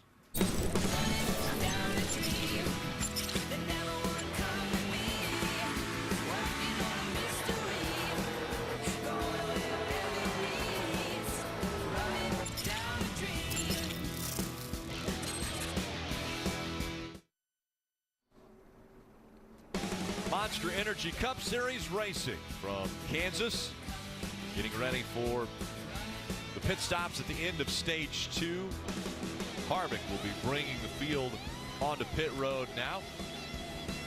Right behind him, Blaney, Logano, Chase Elliott, Kyle Busch. And it's congested as they come onto pit road, Kelly. And with that stage win for Kevin Harvick, he gets another playoff bonus point that he'll take with him into the next round. When he was asked how his balance is, he simply said, balance is fine. His crew chief Rodney Childers telling the pit crew, take a deep breath, let's rock and roll just like last time. It's going to be 4 Goodyear tires and Sunoco fuel for that 4 team, Dave. Another good bag of points there for Ryan Blaney in the 12. Crew chief Jeremy Bones encouraging the crew. We're right on the cut line. Let's be on our game. That car built free. They'll make an air pressure and wedge adjustment for that. Joey Logano's car this time, not bad, but they know if they adjust for the top line, which they're going to need, they could hurt the bottom. Slow pit stop for Logano. And look at that. 4 wide as they come off of pit road. Harvick holds serve, but Chase Elliott with a good stop, as well as Kyle Larson grabbing some spots. Jimmy Johnson, Martin Truex Jr. also gaining position on pit road.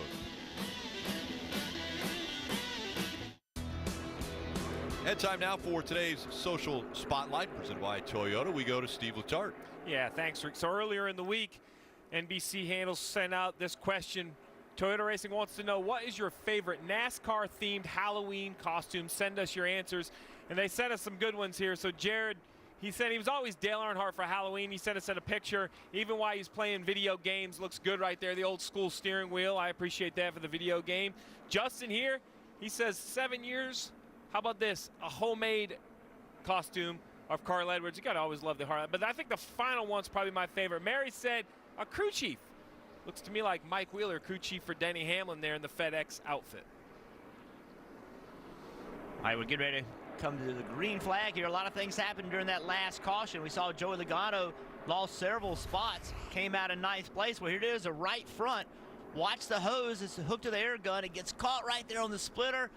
Tire changer's got to go back, get it unhung. That's why the 22 had a slow pit stop.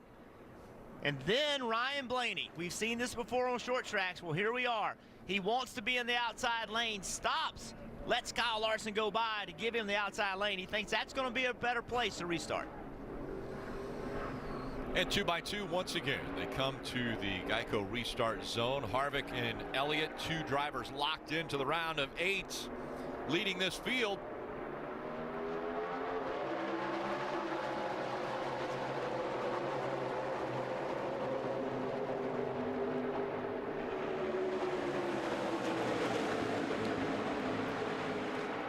Inside line checked up pretty big right there.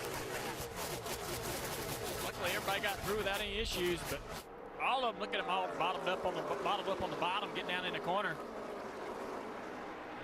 Huge checkup in the middle of 1 and 2.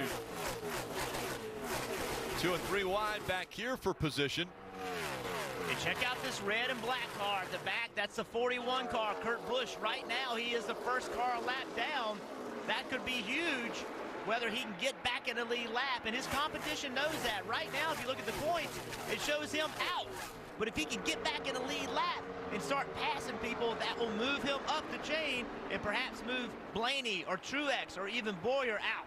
Look at how tight it is from 6th down to 9th. So 4 people fighting for 3 spots. Bowyer 8 points above the line. Martin Truex Jr. 5 points above the line. Ryan Blaney only 3 ahead right now of Kurt Busch. Marty. And Rick, look who's in the 4th position, the must-win man, which there are many here today, but Kyle Larson has worked his way from the back up to 4th. They had a little vibration. There he is right in front of Kyle Busch in that purple 42 car. They had a vibration at the end of the run. The stage came at a very good time for that 42 car, but he said handling-wise, car's been pretty perfect. And if Kyle Larson wins, that would bump Ryan Blaney out of the top 8. And think about that. Think how well Ryan Blaney has run today. He's running 2nd place right now. He's gotten points in every stage, done a really good job. But, you know, again, don't forget about Kurt Busch. Kurt Busch starts getting positions, that would move him out. So this race, there's a lot to happen in these next several laps. You just do not know how this is going to end with who can transfer in the next round or who can't. Well, Jeff, you mentioned the 41 of Kurt Busch in gaining positions. Currently, he's the first car 1 lap down in the 22nd position, but he is in that free pass position. So if the caution were to come out right now, that would have huge playoff implications, not just for the 41 who would get in the lead lap, but Ryan Blaney currently running 2nd. He cannot afford to lose points to the 41. Last time by, Ryan Blaney was the fastest race car on the racetrack.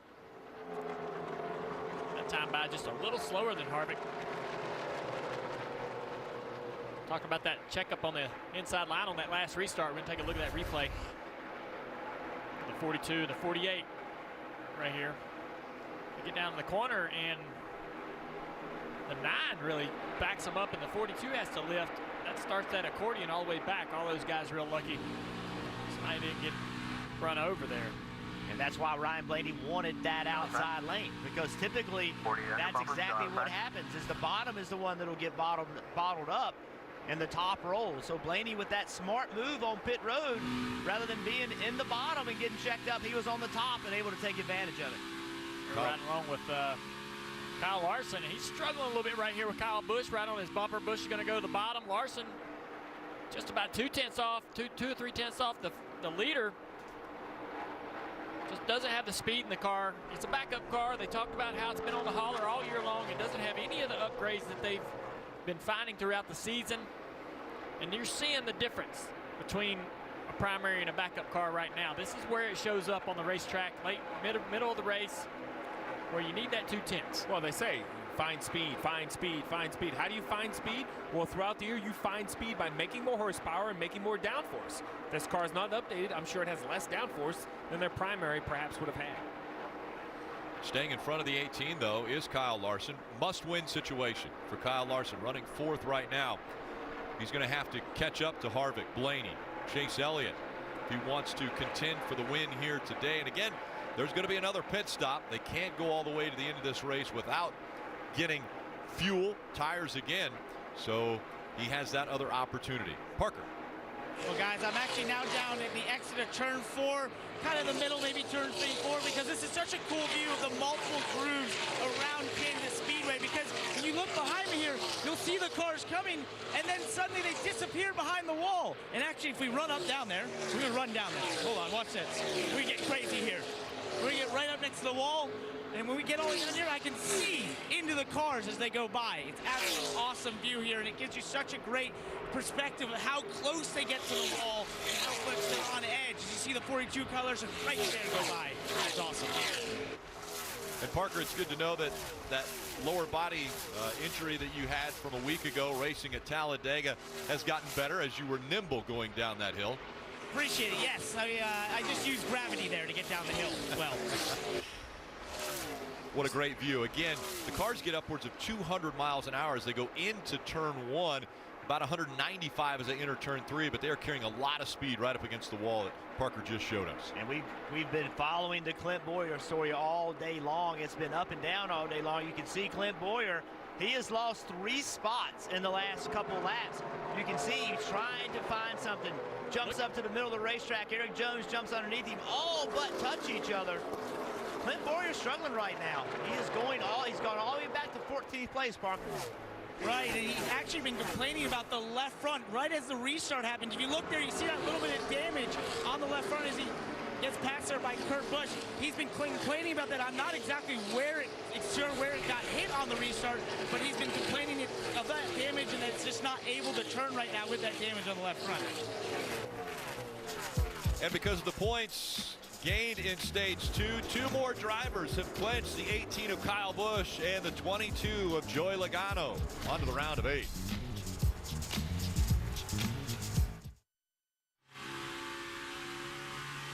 It's Monster Energy Cup Series racing from Kansas. Telecast presented by Outback Steakhouse.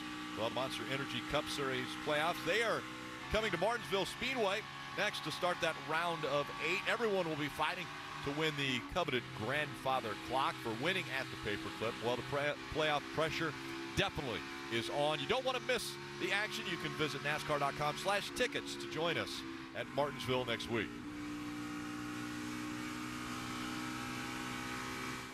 We saw the left front damage on that 14 car, Clint Boyer. We got a replay of the restart. That's how that happened.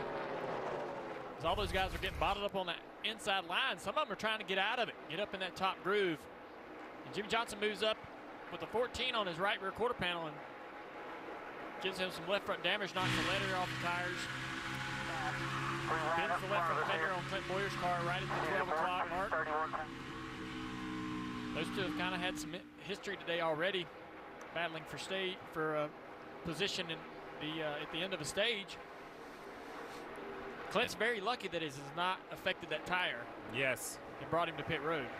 Yeah, you see there's no yellow anymore on that left front tire. The Goodyear is completely worn off. And now just 81 laps to go, and Clint Boyer is right on the line. He is currently 8th in the playoff standings, and only 8 advance after today's race, so it's getting very close. As laps are winding down, we'll get a few updates. We start with Kelly.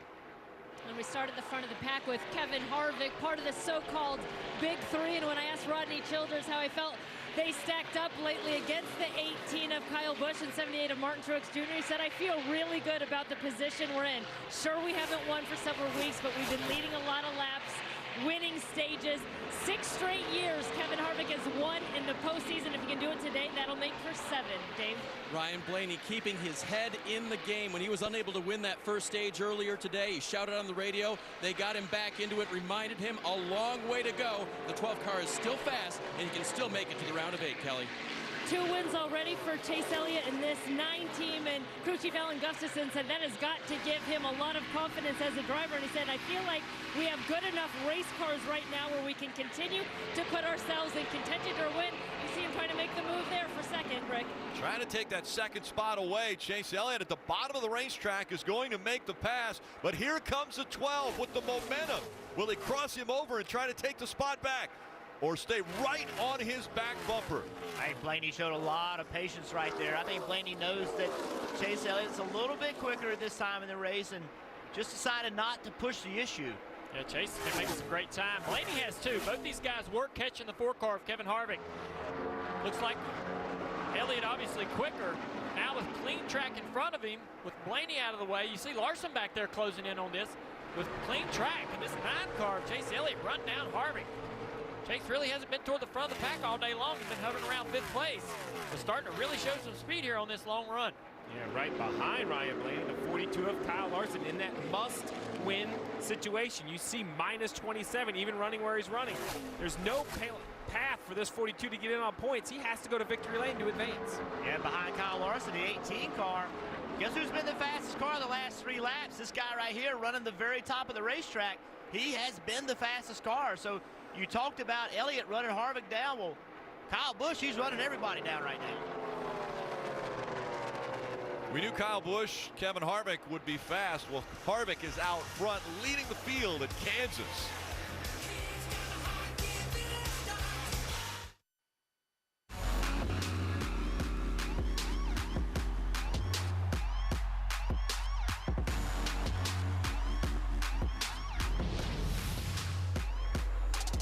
And that is the 1.5 mile Kansas Speedway here in the Heartland. Now just 71 laps to go in this elimination race. And during commercial break, should have seen the run. We're going to show you the run that Kyle Larson had on the 12. Look at the slide job move he tries here. He dives down into turn 3, and he's hoping to be able to clear this 12, but he knows that he's not got enough of a position on him and doesn't commit all the way. But he's trying. He saw that he had a run down the back straightaway. The 12 got hung up with that lap car, and he's like, here's my shot. Because he knows to be able to get clear of him. Getting clean air would have been real important. You see now, bottom of the screen, he's getting some competition in a battle here with Kyle Busch, who Jeff Burton just mentioned how quick Kyle is. Kyle's trying to work his way into this battle. Marty. Hey, Junior, I wonder if that was 3 to go if Kyle Larson lifts there or stays in the gas and tries to pull off that move on Blaney. These two have been fun to watch. They've been dueling back and forth. Kyle Busch made up all of his lap time when Jeff Burton was talking about how quick he was on the top of the racetrack. So Kyle Larson has taken that away, but these two cars consistently in the top 5 of lap times, and fun to watch them duking it out on the racetrack. And since that move that Kyle Larson made, he's not really been able to close back in on the 12, and been kind of trying to just basically hold this position on the 18 car, but Kyle Busch has a little more speed. Kyle's going to try to run a little bit lower. See him try to run just a little lower to keep that left front headlight in the clean air and keep that car turning, keep some air and pressure on that left front headlight and that tire, keep the front working through the corner. Well, and these top 5 are really stacked together. Kevin Harvick leads 0.7 of a second back to Chase Elliott. Then a small gap, then Blaney, Larson, Kyle Busch. So everyone in the top 5 really in the same corner together. On the left of your screen, you see the 22 of the yellow box around the 22. He will advance into the round of 8. Now it's 4 drivers, in essence, fighting for 3 positions. The 78, 14, and 12 above the cut line, looking to not be eliminated today. 41, 1 point out. And remember, there'll be a tiebreaker if the 2 fighting for that 8th position are tied in points. The tiebreaker goes to the best finish in this round. I mean, would they ever tie, Rick? We've never seen that. We only had, what, 3 of them tie at the last elimination race? You have 3 people tied in the last elimination race. 66 laps to go. I mean, remember, every point's a position. I mean, a bad pit stop, a good pit stop, a great restart, a bad restart, all those things are going to come into play of who is going to make the next round. And yeah, look how tight it is. And Blaney's run so well, only 1 point to the good. I just keep going back to that 41 car, Steve. You and I both have talked about it. If he can get himself back in a lead lap, he has a ton of positions he can go pick up. Yeah, he's currently 21st. He has a car that can run 15th or 16th, no problem. Look at this. Kyle Busch drives it down in there. He's going to have to come up the racetrack. It's going to, oh, look at here. He almost tried to commit. He's way out in front of the 42 and could have probably drove up in front of him and forced the 42 to lift. I wouldn't mess with a 42 today. Yeah. Or cross him back over. He's not in a position to be giving up points. A must-win situation for Kyle Larson. Really, now Brad Keselowski has fallen into that situation as well as Alex Bowman. Those 3, 10th, 11th, and 12th in points, all having to find victory lane if they want to advance into the round of 8. And there's Brad Keselowski currently running on the track in 8th. But again, you see the 18 points, and if you do the math, 1 point per position, not enough points to be gained for him unless everybody starts to fall back. And Ryan Blaney, one of the drivers in front of him, currently running in the 3rd position. Listen into his radio. Oh, he into the wall. We're only like a point or 2 to the good, so like everything counts. But yeah, I figured. So I was trying to keep protecting the top. Look at him wiggle the wheel after he got into the wall. Maybe is that trying to clear the tires? Well, no, he's trying to see if he has a flat. He's trying to wiggle that tire, see if he has a flat. Also, if it is rubbing it, it would move the fender away from the tire. He's still not sure of it. Going to test it out just a little bit, Junior. That's really the only thing you can do is maybe go a little easy into the next corner and get a feel for it and then go back and attack if everything's okay. Ryan Blaney brushing the wall, running 3rd. Kyle Larson trying to reel him in as we go NASCAR nonstop. Chris, Cole, Busch, and the great outdoors are the perfect combination. That's why Busch is partnering with the National Forest Foundation to protect America's backyard. And you can do your part just by cracking open a bush. A portion of each outdoor can sold will go towards planting trees. Cool. Just doing my part for the trees. Yeah, that's not quite how it works.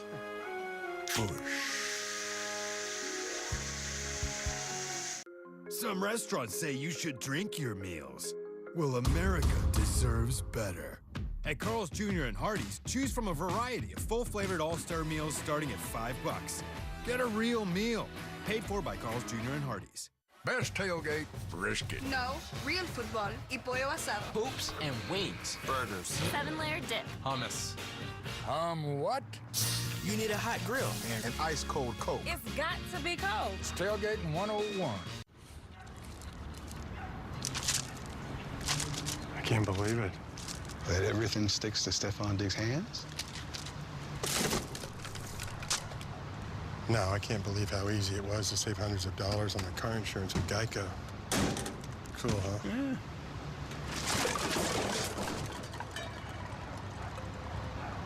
He plays football, huh? Yeah. Believe it, Geico could save you 15% or more on car insurance.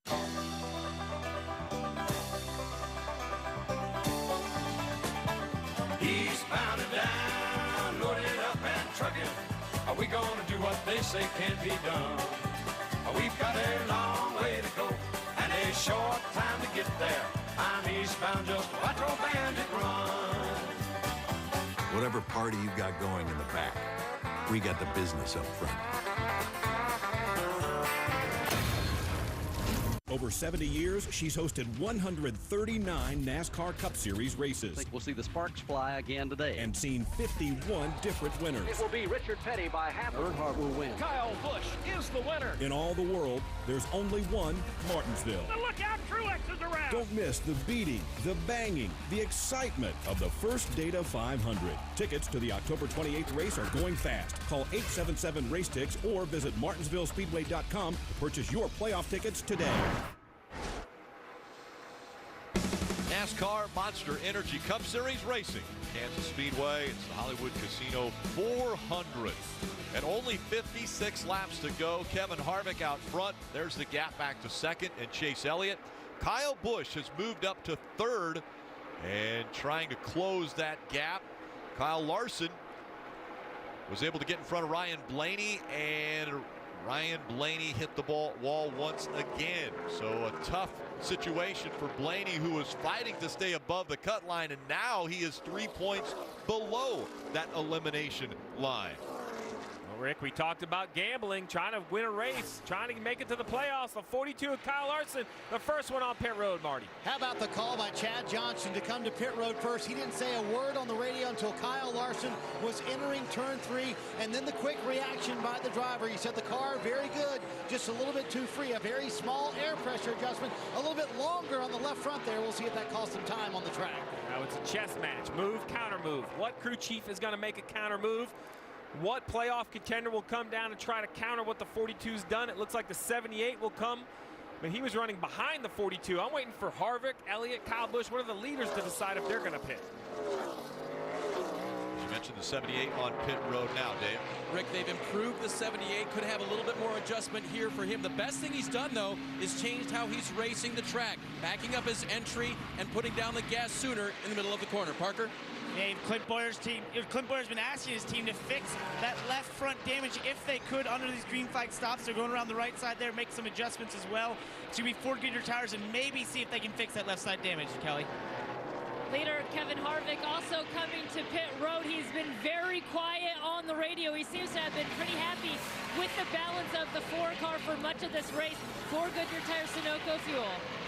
Kyle Busch on pit road. You see that, Kelly, pitting from third. All these leaders on pit road already leaving his stall. The call was a, quote, level 2 monopoly, Dave. His car was a little too free. Ryan Blaney getting just a little bit of a tug on the fender there. They pretty much figured that it was tight after he tapped the wall. They'll make an adjustment for that. Great opportunity to grab positions or make up some spots on pit road. Alex Bowman now having service to the 88. Here he is, Rick. It's been a nice, solid top 10 run. But again, they know they're in a must-win situation. He's had vibrations at the end of the last 3 consecutive runs, so a little concern there. But the car overall a little bit too tight, Parker. Marty, Kurt Busch there in the 41 pit, still a lap down here before Goodyear tires, still struggling with the rear end of that race car, and now the front end of that race car trying to make it turn, still struggling to get their lap back, and we'll see if they can do it over these green flag cycles. Big mistake on pit road. Kevin Harvick speeding on pit road. He'll have to come back onto pit road to serve that penalty. Watch your speed on the way through. That is huge. That opens the door for some of these guys we talked about that need a win. Here you see Kevin Harvick coming on pit road. Look behind him. Look at Chase Elliott. He eats him up on on entry to pit road. Pit road speed 3, 2, 1 now. But early it was entering zone 4 is where Harvick got caught speeding. All the way down here.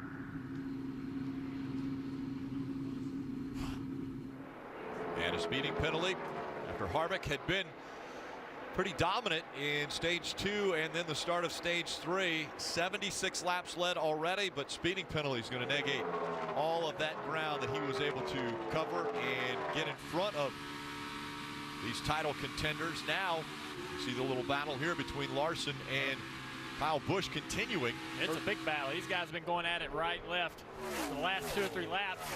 Larson got by Kyle Busch right after the cycle, but Kyle Busch seems to be the quicker of the 2 cars now. Just can't make the pass. Battling for second place. Yeah, that's the difference, right? Second place now. Now that the 4 has had that penalty, Kyle Larson, he has to win, right? So currently it's for 4th and 5th because we've yet to have Keselowski or McMurray come to pit road, but we know those 2 have to pit.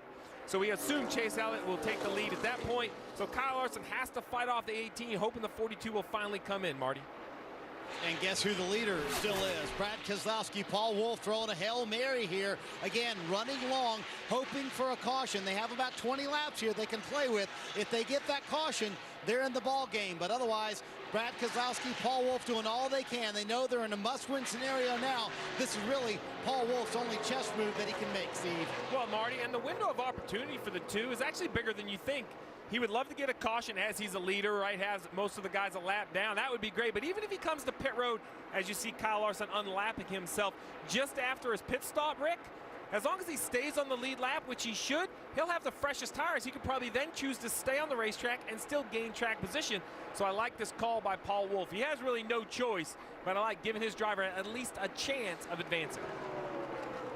The 2 that just got by, Brad Keselowski, the race leader, now chasing after Chase Elliott, who is still in front of both Larson and Kyle Busch. We go NASCAR nonstop.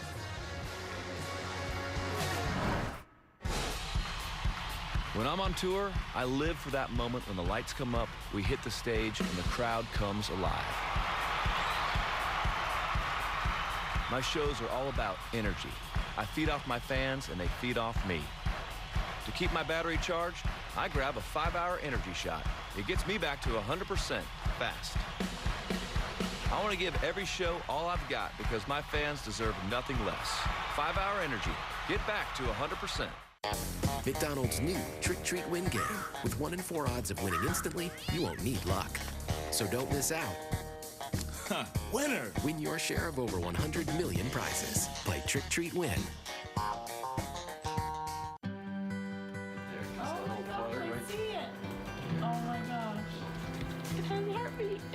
Graduating from college.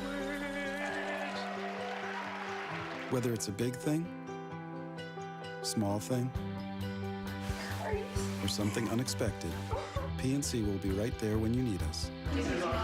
Because when it comes to your finances, if you focus on today, tomorrow has a way of working itself out. PNC, make today the day. The demands are greater. The expectations higher. The jobs tougher. The world moves faster. So we made your truck even more capable with legendary Hemi power. No wonder more people are switching to Ram than ever before. During Ram Power Days, get an average $10,017 in total values on the all-new 2019 Ram 1500. McDonald's new Trick Treat Win game has 1 in 4 odds of winning instantly. So you won't really need luck. Don't miss your chance to win your share of over 100 million prizes. Trick Treat Win. Lawrenceville, for me, is such an awesome racetrack. If I could do anything, I would remove that track and I would move it as we go through the country. The final short track race of the season. You know, the old school bump and run action that you get to see there. A bumper to the back of the 24! Anything can happen. 24 and the 11 having a difference. In the playoffs, you're going to the racetrack for one reason. You're trying to put yourself in position to win a championship.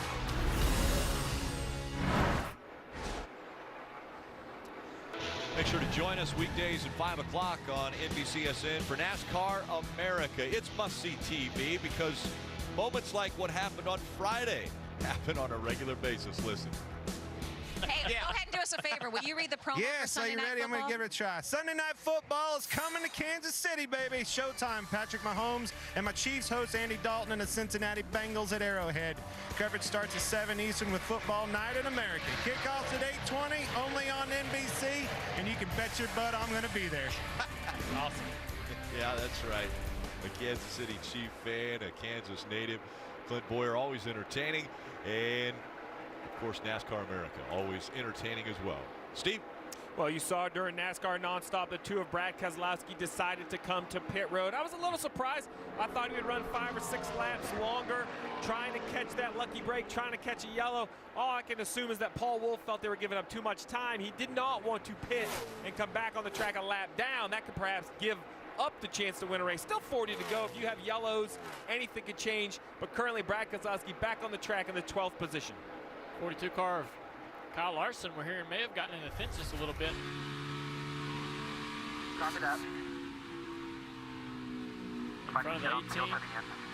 Didn't really hit it there. Just had to check up a little bit because he's going to. If he didn't lift, then he gets a good run on the 18. A few laps later and definitely gets a little bit of contact there. Just close, not too bad. Good job. I mean, that's Kyle Larson. That's how Kyle Larson runs the top. Kyle Larson continuing to good. hug that wall. Let's take a look at today's Ram trucks proven to last. Well, adjustments. The crew chiefs, they're going to have to make a decision. Adjust with the track and for the short run at the end of the race. If the cautions come out, do you get your car better on the bottom or do you commit to the top? Yeah, I think know who you're racing. That's huge. We're looking at these playoff points and who's going to make the next stage. You have to understand who you're racing. You have to change your strategy and your driving technique accordingly. Yeah, in a must-win situation, got to make something happen. That's what Kyle Larson's doing, driving his car up into 3rd place from the back in a backup. See Brad Keselowski's pit strategy, staying out on the racetrack longer than most everyone else. You got to do something to offset what you're doing to the rest of the field to give yourself a chance to win. All those green flag pit stops have cycled through, and that puts Chase Elliott out in front of the field, has a 2.3-second lead over Kyle Busch. With just 37 laps to go, let's get some more updates. We start with Kelly. And it was essentially the pit road speeding penalty on Kevin Harvick in the 4 car that handed the lead to Chase Elliott in this 19. When I talked to crew chief Alan Gustafson and asked him what kind of speed they had in the car, he said, we don't really know, but we think we'll be better the longer we run, and they have shown just that. These long green flag runs have been the forte of this team. Today he's got a 2.5-second lead over the 18, Marty. And Kyle Busch has been a little bit quicker than Chase Elliott, but 2.5 seconds is a lot of time to make up. They have told Kyle, listen, we're locked in. You don't have to give anyone else an inch on the racetrack today if you don't, but certainly don't want to make any enemies as you head to the round of 8. Kyle Larson with a very quick race car from the back to the front today, but it looks like they will need a caution if they're going to pull off this win this afternoon. His car a little bit free. He said, yes, we did not make contact with the wall, but it was close, Dave. As they run, Martin Truex Jr. is good for the next round, but it was close to being disastrous for him. A lap before he pitted on lap 213, he radioed the crew, I think I've got a right front tire coming apart. And indeed, there was damage to it when they took it off on the pit stop. Ryan Blaney is trying to get through the next round as well, and right now he is not in. They adjusted for a loose car that last time. Remember, he was into the wall. The tire carrier got a little tug on both the front and rear right fenders, Marty. Dave, what a run for Eric Jones right now in the 6th position for this race team. He told me before the race, he said, we've got to get back to doing what we do, which is being consistent and not making mistakes. The helmet cam's giving us a great view. Jones right now in 6th, Dave. They told Joey Logano the good news that Rick shared with the crowd, that he is through to the next round based on points. The pressure's all off. That is, of course, until the next round starts, Marty. Alex Bowman came in a must-win scenario, Dave. He said, I felt like every race in 2016 for me was a must-win scenario. I had to prove myself. I made it to this level. I'm proud of what our team has accomplished, whether we advance or not, Parker. And Marty, it's been just a top 10 day for Eric Almirola. You know, coming into the playoffs, his crew chief, Johnny Kosmeyer, told me they were just a top 10 team, but as they enter the playoffs, they become a top 5 team. They haven't quite showed that today, just struggling a little bit to turn that race car, Kelly.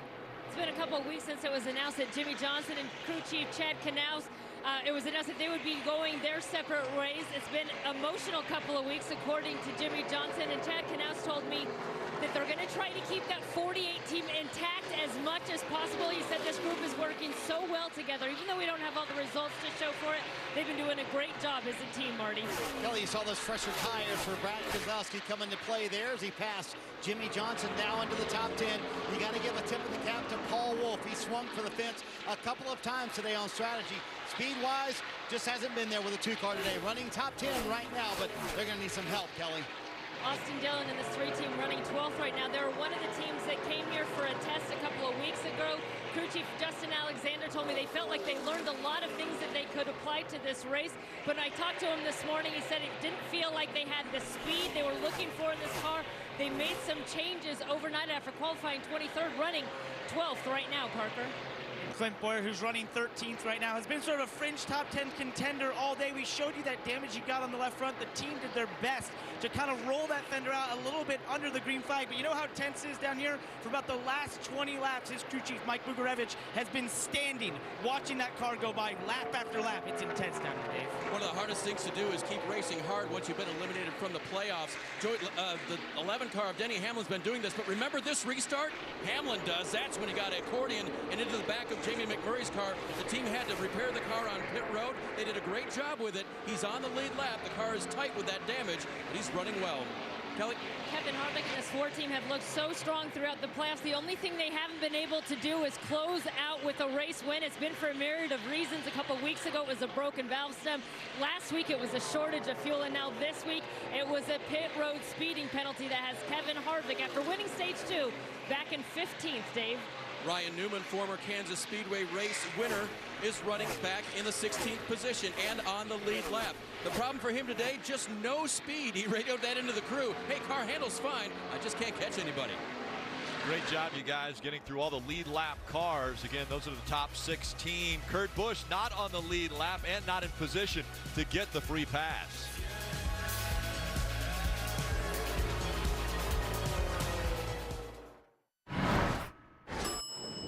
Eric always wanted to be a professional basketball player. Instead, he's the tallest guy in his office. Yeah, Eric's had to compromise a lot in life. Yes, no, you need travel insurance when you travel. So should I set something? Hello? But not when it comes to cutting the cord. Fubo gives him all the sports he needs, as well as all the shows his family loves. Don't compromise. Get over 100 channels plus Showtime and Cloud DVR included. Visit FuboTV.com. Melty cheese, grilled onions, and steak on this foot-long Philly are so flavorful. Man, do I love a good steakhouse. Steakhout, nice. You would not believe what they are doing in there. Making cheesesteaks? What are you, one of them? It's your last chance to try a classic or spicy foot-long Philly. Hurry in today. Real people, steel people. They want real power, real options, and real value.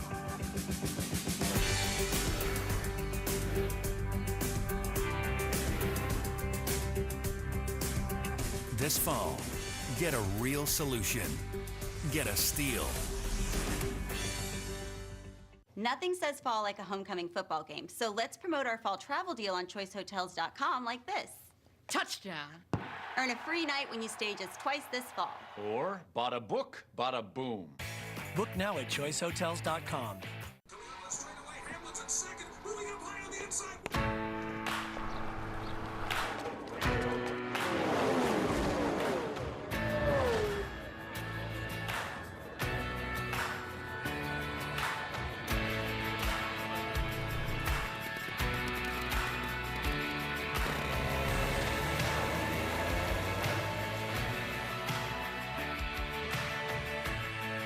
Toyota, let's go places.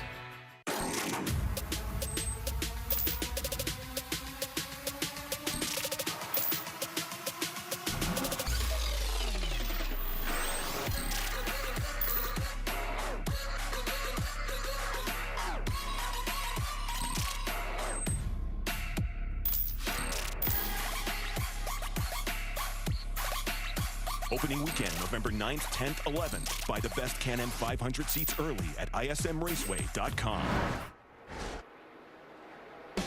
You're watching the Monster Energy Cup Series from Kansas Speedway. Telecast presented by Outback Steakhouse.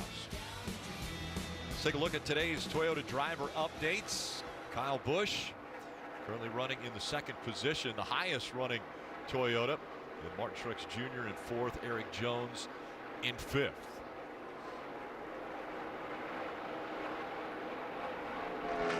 Clint Bowyer, who's currently running in 13th, is 5 points above the cutoff line. Listen to the team communications.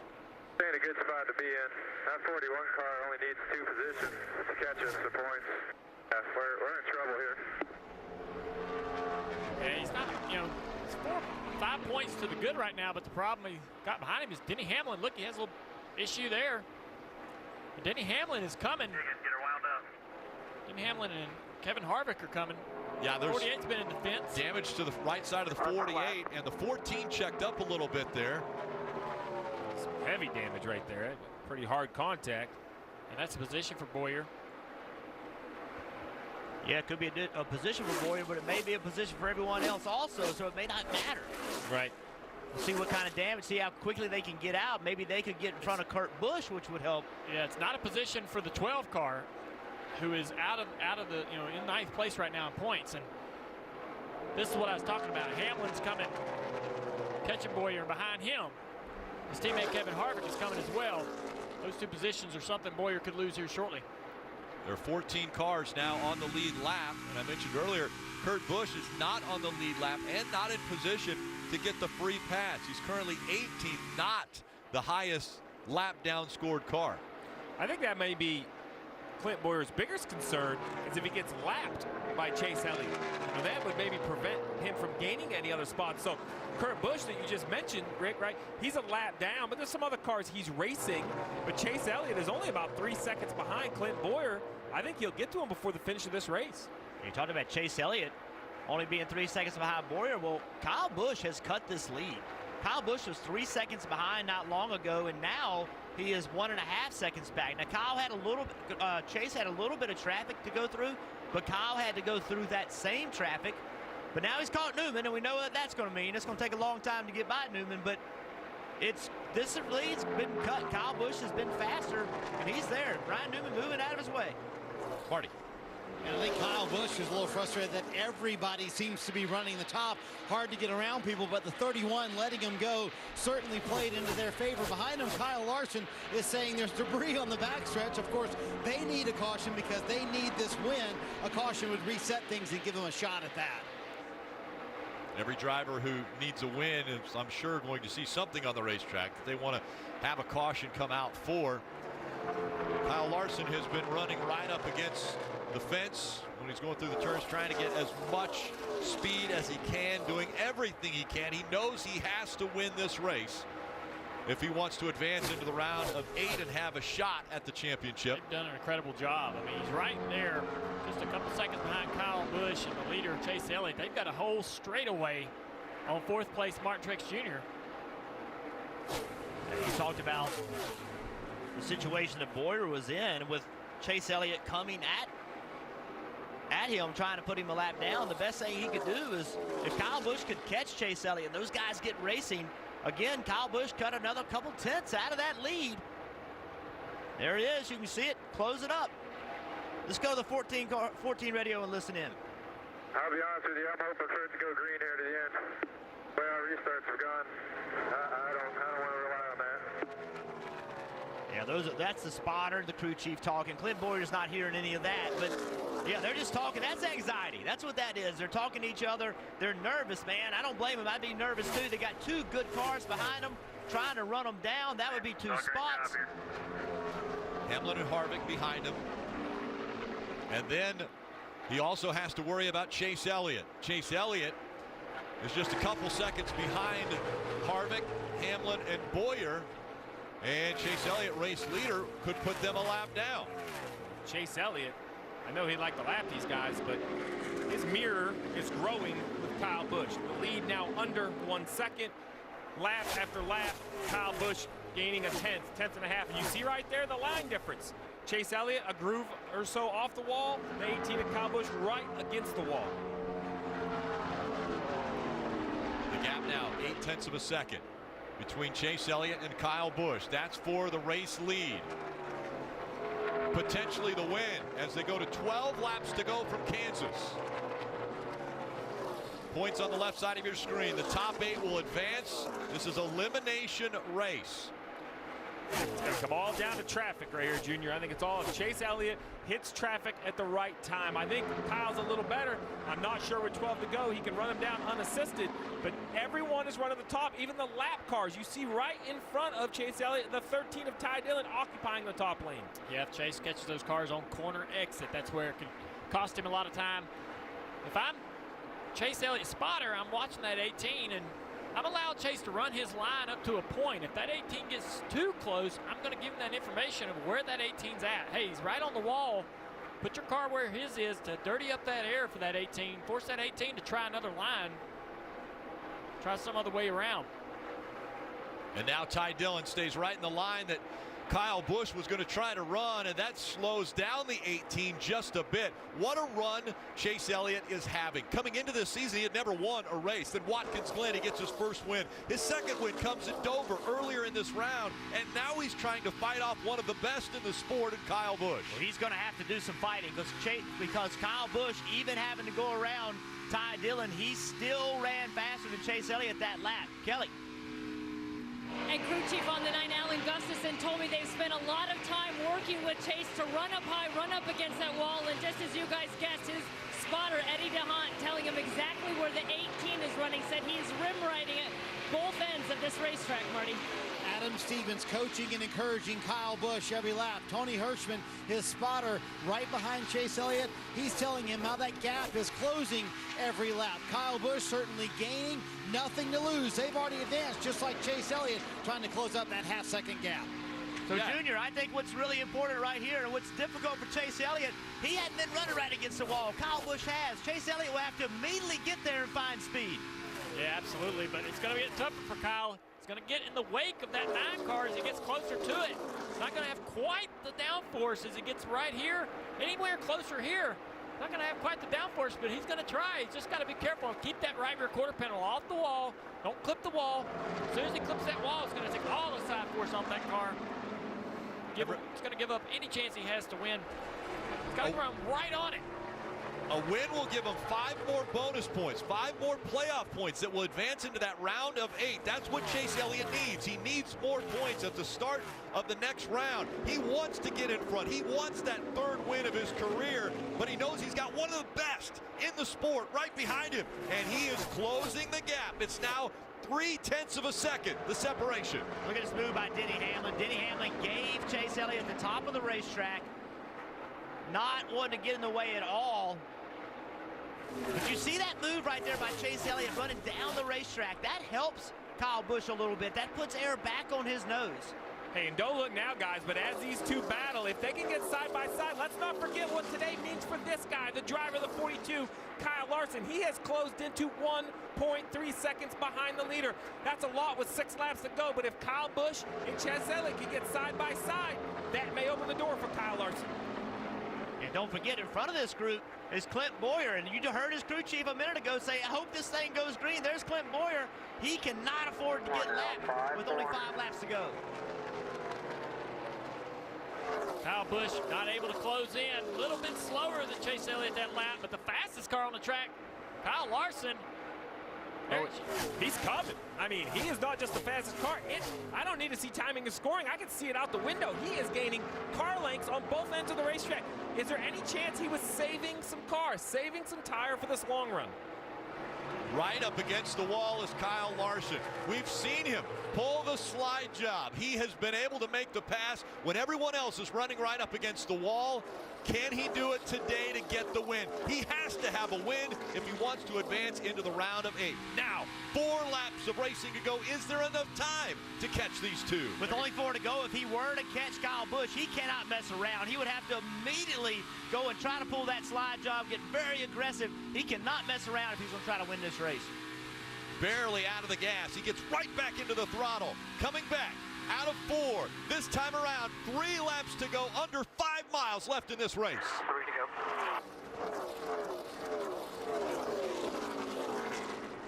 And the gap continues to close between the 18 and the 42.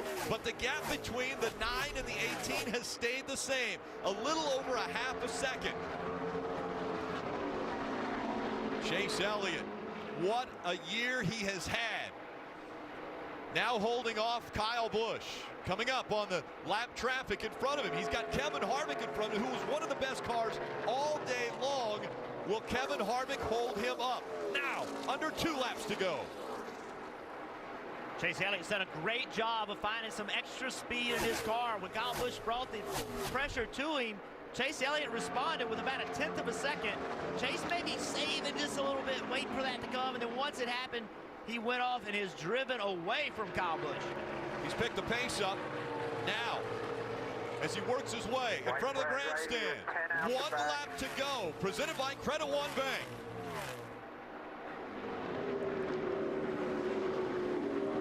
Chase Elliott, the 22-year-old out of Dawsonville, Georgia, son of Hall of Famer Bill Elliott, down the backstretch for the final time. 2 wins already in 2018. The slide job by Kyle Larson behind him for second. Chase Elliott coming out of turn 4. He's going to win again, this time in Kansas.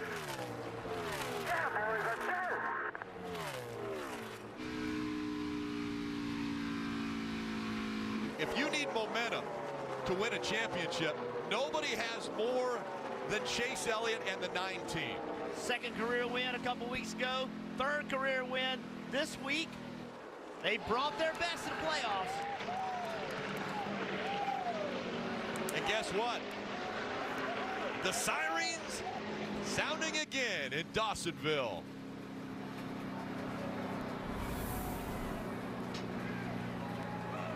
Chase Elliott winning in the Monster Energy Cup Series playoffs and the 3rd win this season. Burn that thing down, buddy. He's getting good at celebrations. And they're coming very often now. This moment presented by Sunoco, fueling victories all season long.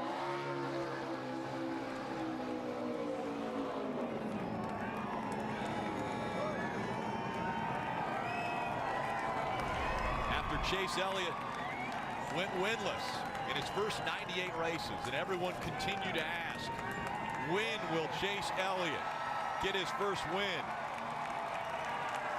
98 races, winless.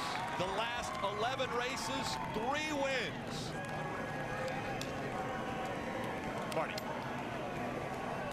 Rick, how about this round of 12 for Chase Elliott and this Alan Gustafson-led team? They win 2 of the 3 races in this round, and today made it count at the end when it counted the most. Chase Elliott, your winner here at Kansas. How about that? And how about the ability to hold off Kyle Busch there on those final few laps? Yeah, it was awesome, man. Just enjoyed racing with him. I obviously got lucky with Kevin having his penalty. Thought we were really, really equally matched there, and wish we could have raced him straight up, obviously. But had a great car today, thanks to Mountain Dew and Matt Bodapart, Chevrolet, all of our partners for working hard this year, man. It's been a great couple months, so we got to keep it rolling. This is the time of year that counts. Coming into these playoffs, Chase, did you honestly see 2 wins in one round for this race team? I didn't see why not. I mean, I thought last year we had a pretty solid run at it, and didn't win any, obviously, but had some really good runs. So just so proud of my race team and the pit stops we had today. Alan made some great calls. We just can't get complacent. I mean, this is a huge time of year. We have a lot of work to do and a long ways to go. So thank you guys for coming out today. Hope you enjoyed the show. We'll see you next year. How about all these fans that came out on a chilly day, Chase? Oh, yeah, it feels great, man. Thank you guys. Y'all are awesome. And hell yeah, looking forward to Martinsville. Let's get it. There you go. He's got a checkered flag to go collect. And he mentioned it, Martinsville coming up. He thought he had the clock there last year, Rick. He's got a clock to collect next week at the Paperclip. Hendrick Motorsports has always been so good at Martinsville. And as you mentioned, a year ago, thought he was going to get that grandfather clock until the 11 of Denny Hamlin got into the back of him, and then That's when things turn for Chase Elliott. Seems as though he got more aggressive, maybe even more hungry than he was prior to that race. And now, as I mentioned, the last 11 races, 3 wins for Chase Elliott.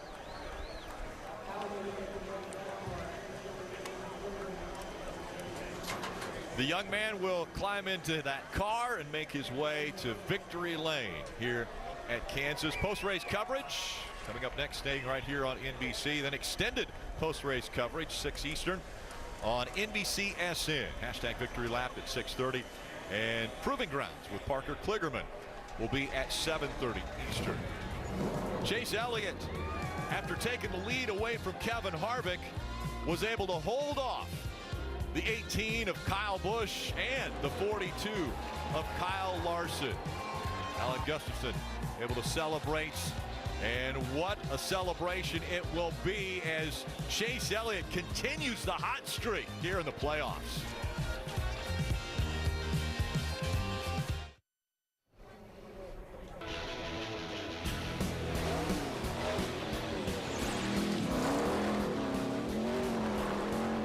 Winner Chase Elliott will burn out as he head back to victory lane. He's there now and able to celebrate with his team, and that's what they are definitely doing right now, is celebrating as a team with the successes that they've had. Kelly. Chase Elliott taking a quick phone call from the big boss Rick Hendrick there inside the cockpit of his car. He's got the checkered flag in hand, though, and it is time for this team to celebrate their 2nd win in the last 3 races, 3rd on the season. And you can imagine what the party's going to be like back in Dawsonville, Georgia, for this team. Chase, congratulations. I heard you guys say before your burnout there, we're coming. What kind of a message are you sending getting 2 wins in this round? Yeah, it was a great round for us for sure. Just proud of the effort. You know, we certainly weren't where we wanted to be at the beginning of the year, and I've had a good few weeks. Obviously got fortunate with Kevin and his misfortune there with his penalty. Would love to race him straight up, but just proud of my team, proud of all of our partners, Mountain Dew, Napa, Hooters, Chevrolet, Kelly Blue Book, Sun Energy One. It's been just an unbelievable year, man. After last year and coming close so many times, you just have to enjoy these. I mean, you never know when or if you're ever going to get another one. So just so appreciative, crazy to have done it, you know, a couple times in a few weeks, but definitely not taking it for granted. Well, and after qualifying, you qualified 13th. You were really disappointed, and you told me, hey, this is an important race because it's on a 1.5 mile track. You've got 2 more ahead of you. So what does this do for the team looking ahead? Yeah, I think it's great. I feel like I had a great effort. That's obviously what you want. I mean, you know, Kevin was obviously really fast, but I thought that we were really even with him there that run. I was behind him. It would have been really hard to pass him, but would have loved to have raced him straight up. I'm sure you're gonna have to deal with him, you know, throughout the rest of the deal, along with Kyle and the rest of them. So just proud to be amongst them right now, and we'll try to keep it going. This is not the time to let up. Going into that round of 8 with some momentum for the 9 team. Congrats, Rick. In the background, you see Jimmy Johnson has come in to congratulate the young winner, and we look at the playoff grid. Started with 16, 50% of those drivers now eliminated. It is down to the round of 8. Only 8 drivers still with a shot at that championship.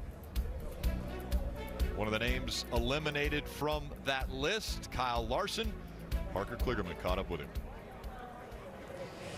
Kyle Larson just comes up a little bit short on being able to win this race and make it in the next round of the playoffs. Did you think you had something there coming down the end when you were catching the 18 and the 9? Yeah, I did. I wasn't as good there.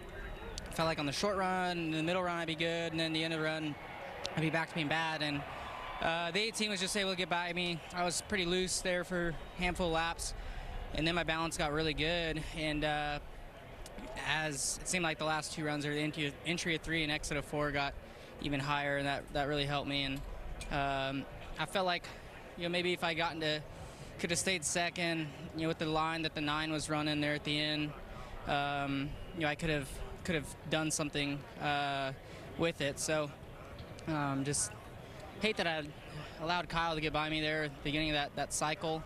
But a good day for our McDonald's team. Our car was fast, a lot better than practice. There was early in the race I felt pretty identical to practice, just really edgy and loose, and we got it better and kept tightening it up, and felt like our balance was really good there to end. So wish I could have done something there, but Chase ran a good race up front, and Kyle never makes mistakes as well, so hard to beat those guys.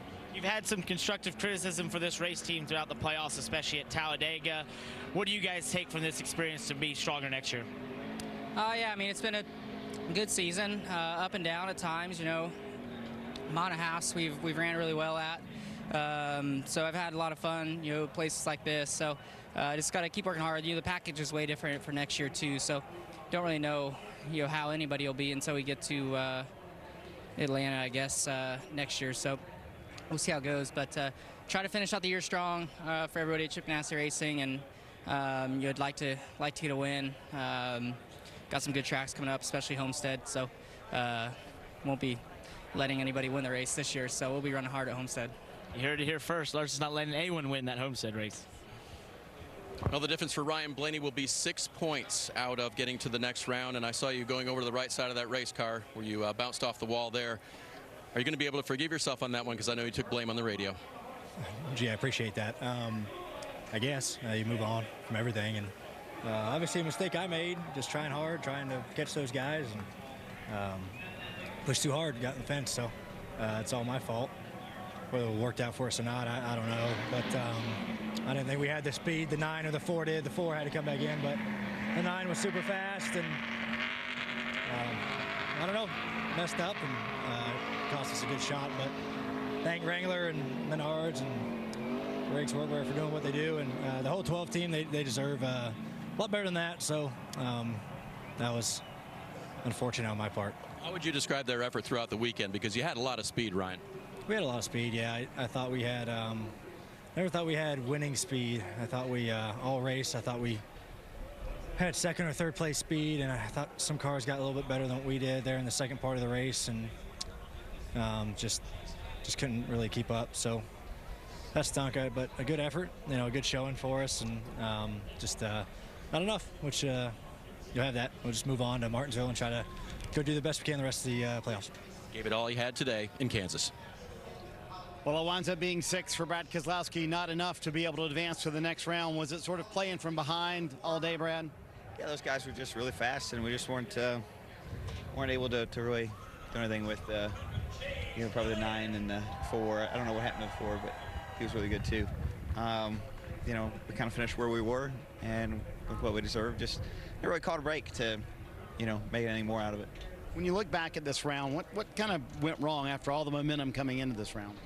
We got wrecked at Dover and ran out of gas when the race ran long at Talladega, and had a good day here today. Today is kind of like what we should have had the other 2 weeks, and that would have been more than enough, but that's not the way the brakes fell. I think it kind of fell against us, but and we weren't able to overcome that. But all in all, I'm still proud of the races we won and that effort, and just be proud of what we got, not what we don't. All right, Brad Keselowski not advancing here to the round of 8.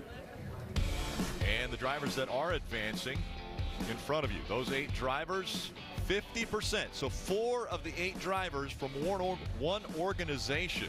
That's right, Stewart-Haas Racing has 4 drivers in the top 8.